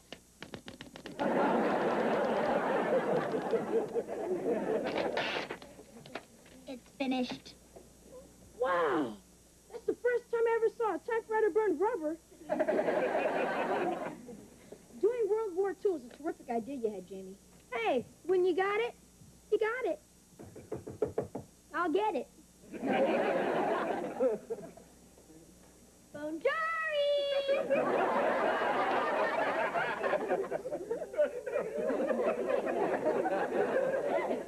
What are you supposed to be? Our class is doing the Battle of Waterloo. I'm playing Napoleon Bonaparte. Give me liberty or give me death. Napoleon didn't say that. Patrick Henry did. My father got all the costumes. I can say what I want. Well, couldn't say your dad a lot of trouble, because we're going to win that play competition. We're doing World War II. With the original cast. It'll be the most spectacular play ever put on in school history. 100 Japanese dive bombers attacking Pearl Harbor. And 50,000 American troops storming the beach at Normandy. How are you going to do all that in your classroom? You got to be out of your mind. Harriet, it's people like you who are killing the theater. I hate to admit it, but Harriet's right. Our imagination was bigger than our brains.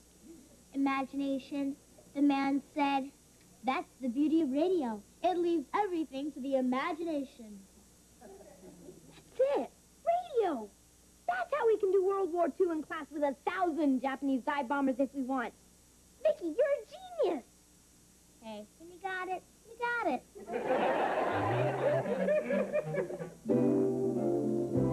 Now, as you know, class, the 7th and 9th grades have already presented their plays to our two judges, Mr. Frischman and Mrs. Wolf. We stand?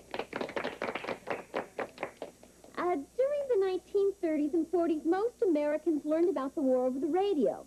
And with this in mind, the 8th grade is proud to present their play in the competition, a unique radio dramatization of World War II.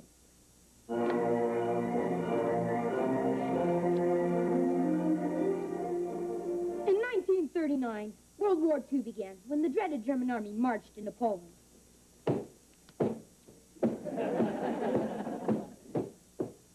Back home in the USA, President Franklin Delano Roosevelt addressed an anxious nation. My fellow Americans, America will not enter the war. But 2 years later, on December 7th, 1941, the Japanese attacked Pearl Harbor.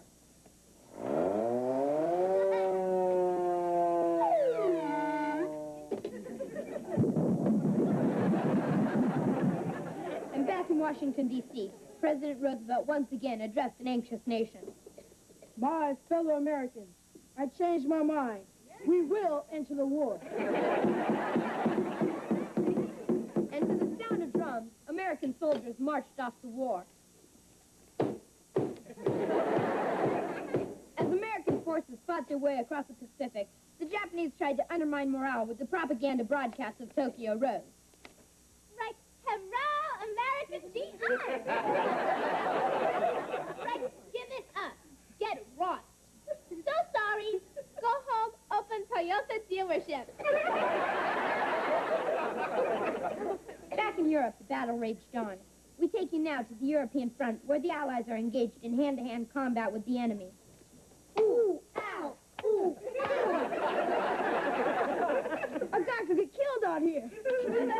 Meanwhile, back home in the USA, people were reacting to news from the battle zone.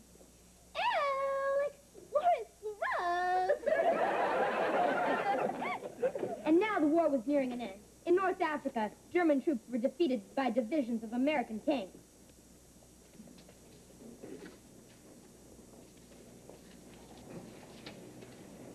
I said German troops were defeated by divisions of American tanks. Tanks, you see, tanks. You're welcome, Jamie, you're welcome. Take my word for it. The American tanks won. And in 1945, the Allies marched into Berlin with flags flying and a band playing a victory march. Apparently, the band was led by Corporal Lawrence Welch.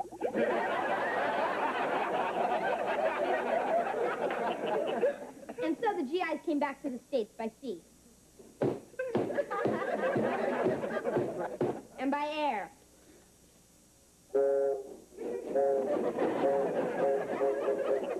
Where they greeted their loved ones who they hadn't seen in years. Hey, Lucy, I'm home.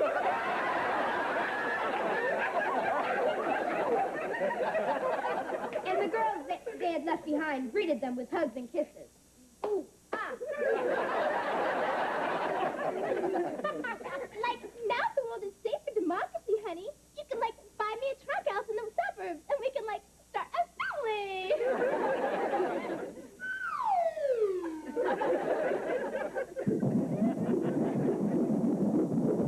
I guess that's how they got the term baby boom. That's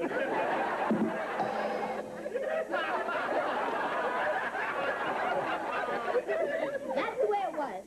From World War II, this is Jamie Lawson saying good night and good luck.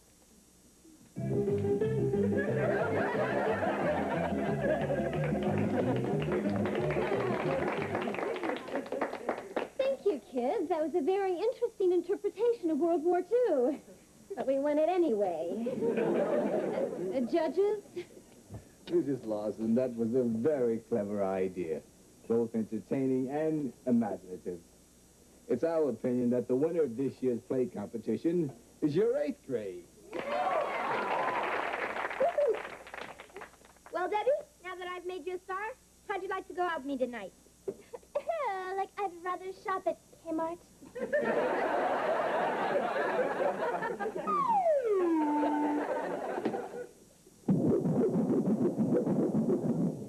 What was that for? You bombed.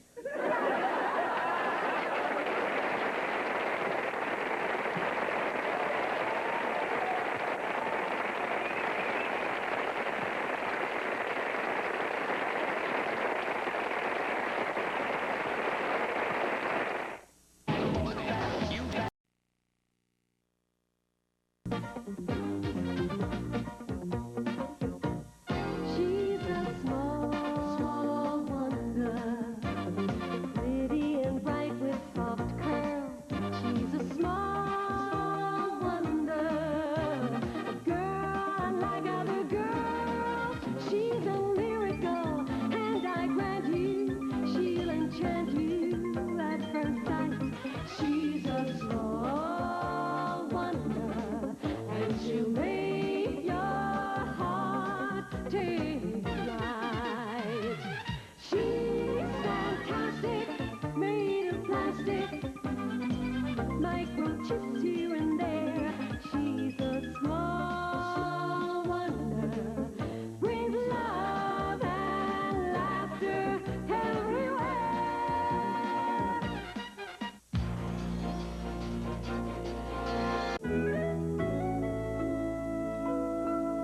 Watch this, Vicky.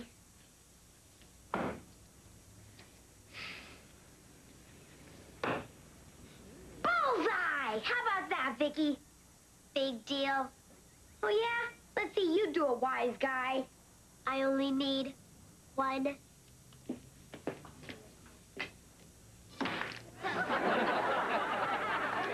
Any questions?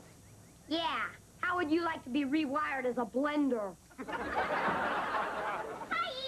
Hi! What's the get-up for, Harriet? They're having tryouts for the cheerleading squad at school. Want to see the cheer made up? No. Okay. Lean to the left, lean to the right. Stand up, sit down, fight, fight, fight. Yay, team! Harriet, why do you want to be a cheerleader? Because they have lots of fun. And they pal around together. And they even have slumber parties at each of the cheerleaders' homes. Slumber parties? You mean all those great-looking girls run around the house in their pajamas? Uh-huh. Vicky, you're going to try out for a cheerleader. Yoo-hoo, it's Ida May, your favorite neighbor. Right, and poison ivy's my favorite plant.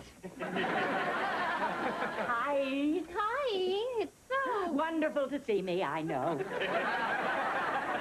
Every morning when I get up and look in the mirror, I get little goosebumps. I can understand that. As my dear friend Clint Eastwood always says to me, Ida May, you make my day. Do you really know him? I'm the one who gave him the name Dirty Harry. Oh. Well, if you'll excuse me, Ida May, I want to finish making these hors d'oeuvres. Oh, playing Betty Crocker. Still the dependable little housewife. Ida May, I just think a wife should do nice things for her husband. That's what Phil used to say. Who's Phil? My second husband. Or was he my third? Oh, it's just a blur of honeymoons. Well, you never told me you were married before. What's to tell? Those men were all animals. They expected me to be a slave, just like you. I am not a slave. I'm just making some snacks. My father's coming to visit us. How sweet. In a diabetic sort of way. Is your mother coming too? No, my father's a widower. In fact, we haven't seen him over a year. Well, I can understand that. Who'd want to spend a vacation watching you slice cheese?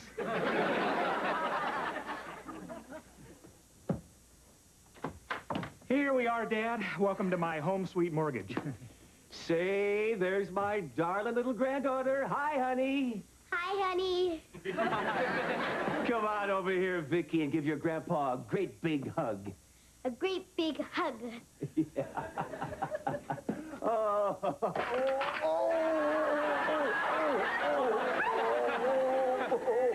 Stop, Vicky. That's big enough. Oh. I keep forgetting she's really a robot. Oh, what strength. I can crack walnuts between my toes. Tony, we're back. Grandpa! Davy boy! Oh, my goodness, look at you. You're growing like a weed. And so handsome. Yeah. And Vicky, you're growing like an erector set. Yeah. Daddy, oh, Daddy! Jody. Welcome. Oh, how's my beautiful daughter? Oh, and who's this? Oh, this is our neighbor's sister, Ida Mae Brendel. Ida Mae. This is Joan's father, Dr. Jim Anderson. Always a pleasure to meet a charming lady. Oh, yeah? Well, if you're trying to make a pass, Buster, you can just... Did he say doctor? That's right. How nice. Doctors do very well, don't they? Well, I get by. Jamie, Vicky, would you go in the kitchen and finish making those hors d'oeuvres, please? Sure, Mom. Come on, erector set. Okay, weed. Ida Mae, listen, if you don't mind, Dad's had a long flight, and I'm sure he'd like to relax. Oh, I don't mind at all. Come on, let's relax. Dad, it's so good to have you here. Oh, you just look wonderful. Well, thank you. I feel wonderful. That's because I exercise, eat properly, and never go near a doctor. Well, I haven't been feeling so well myself. It's such a comfort knowing there's a doctor right next door who can check my heart. Which right now is fluttering like a hummingbird's wings. So, what's happening back home, Dad? Yeah, how's the doctor business? You, keeping them in stitches? Well, to tell you the truth, I heard the funniest story the other day from my dear friend, Jonas Salk. Jonas Salk? You mean Dr. Salk? You know him? Well, ever since he was a skinny little kid with acne. You know, I couldn't have been more surprised when he invented a cure for polio. I thought it would be for pimples. So, Dad, have you seen... stories I could tell you about dear Jonas. Well, I'd like to hear them sometime. What about tonight, over dinner? Well, I'll pick you up at 7. 7? Joni, you didn't tell me your daddy was such a fast worker. Bye, Jimbo. Listen, Dad, we're really sorry about... You know, you don't have to go out with her tonight. Well, I wouldn't want to be rude. I mean, she is your friend and neighbor. Besides, it's only dinner. I mean, what harm can come from grabbing a quick bite? Remember Jaws?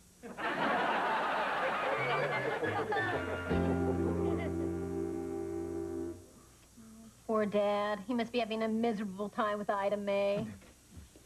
Hi. Hi, you're home early. Couldn't wait to get rid of Ida May, huh? We should have told you about her. Oh, yes, you should have. I mean, what an interesting woman. I mean, she knows everyone. Did you know that Ida May was the one who talked Sylvester Stallone into being an actor? Before he met her, he was going to be a speech therapist. Dad, there's a lot you don't know about Ida May. Oh, I'm sure. Maybe I'll find out some of it tomorrow night. Tomorrow night? We're going dancing. She said she'd show me some of the steps she taught Michael Jackson. Oh, I'm bad. Real bad. Good night. Good night.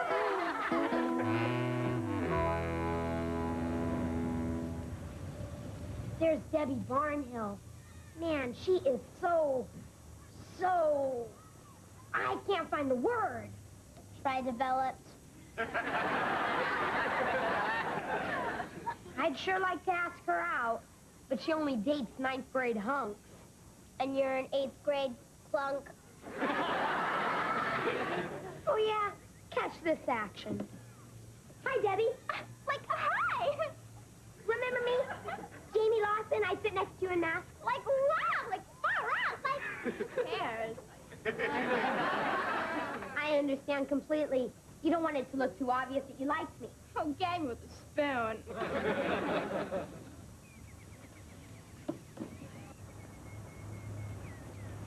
Well, I tried. Well, you bombed. There's Mr. Bryant. Some yo-yo must be in trouble. Jamie, I want to talk to you. Lots of luck, yo-yo. Jamie, I'm sure you're aware of the cheerleading tryouts we're having here on Friday. Yes, sir. Well, I've decided to use student judges from the 3 grades, and you've been chosen to represent the 8th grade. Yeah? Great! How come? Because I'm so popular? No, I pulled your name out of a hat. Jamie, like I heard, you're gonna be like a judge, huh? Well, it looks that way, Debbie. Like awesome, you know. I'm trying out for cheerleader. Really? Yeah. Like, want to share my lunch? Like, sure. Like, gag me with a spoon.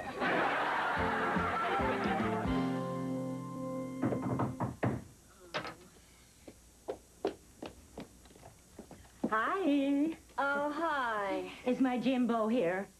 No, Jimbo is playing golf-o with Teddo. That's the 3rd time this week, oh. Well, he won't have time for foolish games like that afterwards. Afterwards? After we're married. Married? Did my father ask you to marry him, Ida May? Well, no, but he will. And please, forget the Ida May. You can call me Mommy Dearest. Tonight, Homer gets a new job as Mr. Burns' assistant. Ted! You see what you made me do, Joan? Well, how can you practice hope at a time like this. Ida May thinks she's going to marry my father. Joan, what Ida May thinks isn't important. It's what your father thinks that counts. Oh, honey, Ted, I forgot to mention I can't stay for dinner. I'm taking Ida May out. Dad, you've seen Ida May every night since you've been here. Do you really like her that much? Oh, she's a million laughs. You know, I've been a widower so long, I forgot how much fun it is to date. Yeah, well, dating's one thing, but you're not thinking about maybe marrying again, are you? Well, if the right woman came along, I might take another dip in the sea of matrimony. Who knows? Well, I better get dressed. Did you hear that? He said, who knows? Joni, who knows doesn't mean a thing. It's I do that does all the damage. Just stop jumping to conclusions, okay? I'm not. Ida May has him completely hoodwinked. Oh, with us, she's Godzilla. With him, she's Gidget. Where are you going, handsome? Debbie finally agreed to go out with me. Guess my macho image and great personality. And because she's trying out for a cheerleader and you're a judge. Honey, it sounds like she's just using you to get your vote. And she's doing a bang-up job of it. Till you stop that. You know that Ida May doesn't love him. She's just after him because she knows that a doctor makes a good living. And she's doing a bang-up job of it. Joni, your father is capable of making his own decisions. And if you don't want him to resent you, don't say anything. Don't butt in. But Ted... Butt out.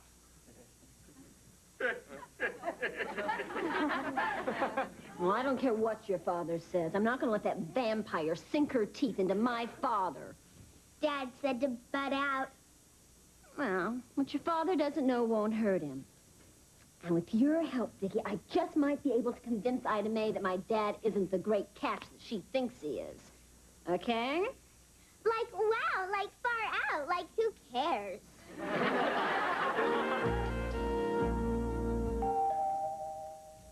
I'll get it, Vicky.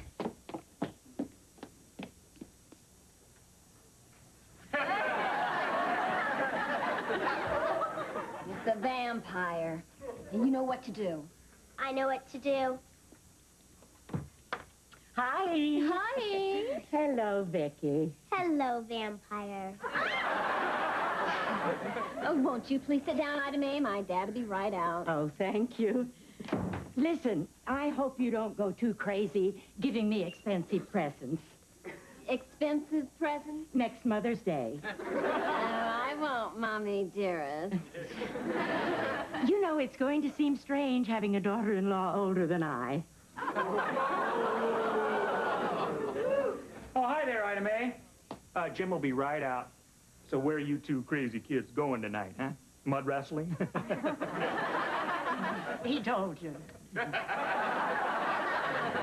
Honey, would you go tell Dad that she's here? Sure. Well, Ida May, my father and you have certainly hit it off. Oh, yes, that dear man.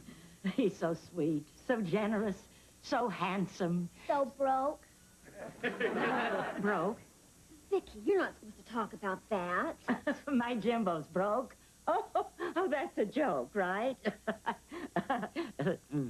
It's not a joke. I'm afraid not. But I'm sure things will be better once that malpractice suit is settled. If it doesn't wipe him out. Malpractice suit? Oh, it's just a money-hungry patient. But Dad says they don't have a leg to stand on. That's why they're suing. Isn't he insured? Oh, I'm afraid he couldn't afford it. I mean, after all, my dad is just a country doctor. Some of his patients pay him in chickens. Chickens? Instead of big bucks, he gets big clucks. Oh, but I'm sure it makes no difference to you, Ida May, that my father's practically a pauper. Pauper? What on earth are you talking about, Joan? Dad, well... Joan, what have you been telling Ida May? Nothing. She told her grandpa gets paid in chickens who are being sued for malpractice. What? Jim, Let me put this as delicately as I can. Financially, are you in the toilet? Well, let me answer you delicately. Financially, I'm flushed. Well, I didn't doubt it, not for a moment. Joan, what did I tell you about butting in? Just trying to protect Dad. She didn't want him marrying the vampire. Now, Joni, whom I marry is my business. You tell him, Snooky Wookums. Even if it's the vampire. That's a lovely compliment. Well, however, the fact is, I have no intention of marrying Ida May or anyone else. What? You mean you were just toying with my affections? And all the while you had no intention of taking advantage of me? Ida May, I never promised you anything more than a good time. Oh, you tell her, Dad. Ow. Goodbye, you quack. Say, did I lead her on and not realize it? No, Dad. No, Dad. She's just looking for a man to support her in the style to which she's dying to become accustomed. Well, anyway, now I'll have more time with Jamie and Vicky. Right, honey? Right, Snooky Wookums. Well, now we're down to the final 3 contestants for the 2 open places on the Grant Junior High cheerleading squad. Next, we have Debbie Barnhill.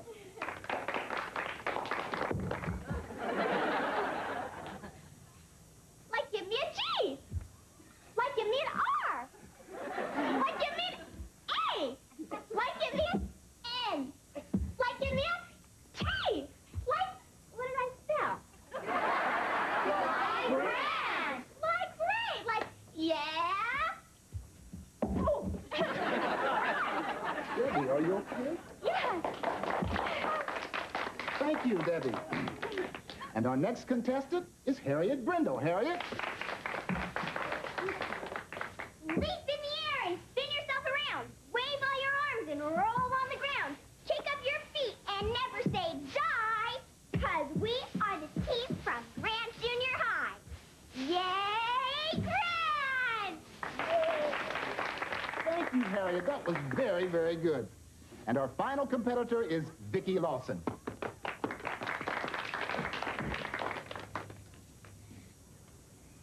Grant's the best from here to Maine. Opponents all go down the drain. We always win, come sun or rain.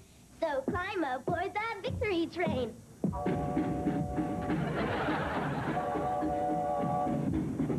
Like, how did she do that?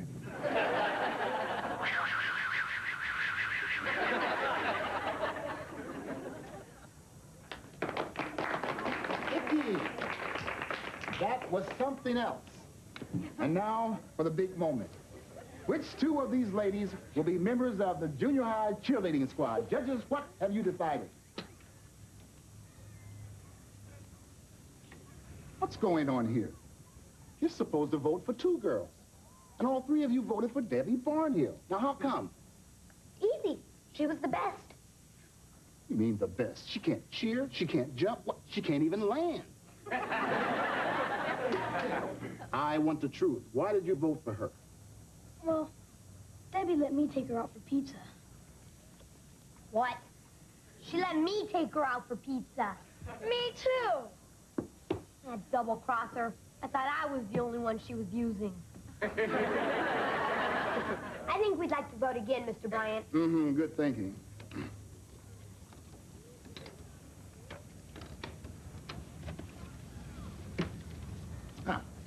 I am pleased to announce that the new members of the cheerleading squad are Harriet Brindle and Vicki Lawson. Thank you all for trying out. You were very good. Like, barf me out! Like, I ate all that pizza for nothing. Like, I got cramps. Like, I never want to see you again. But Debbie! Don't worry, Jamie. You always got me. Oh, like, barf me out.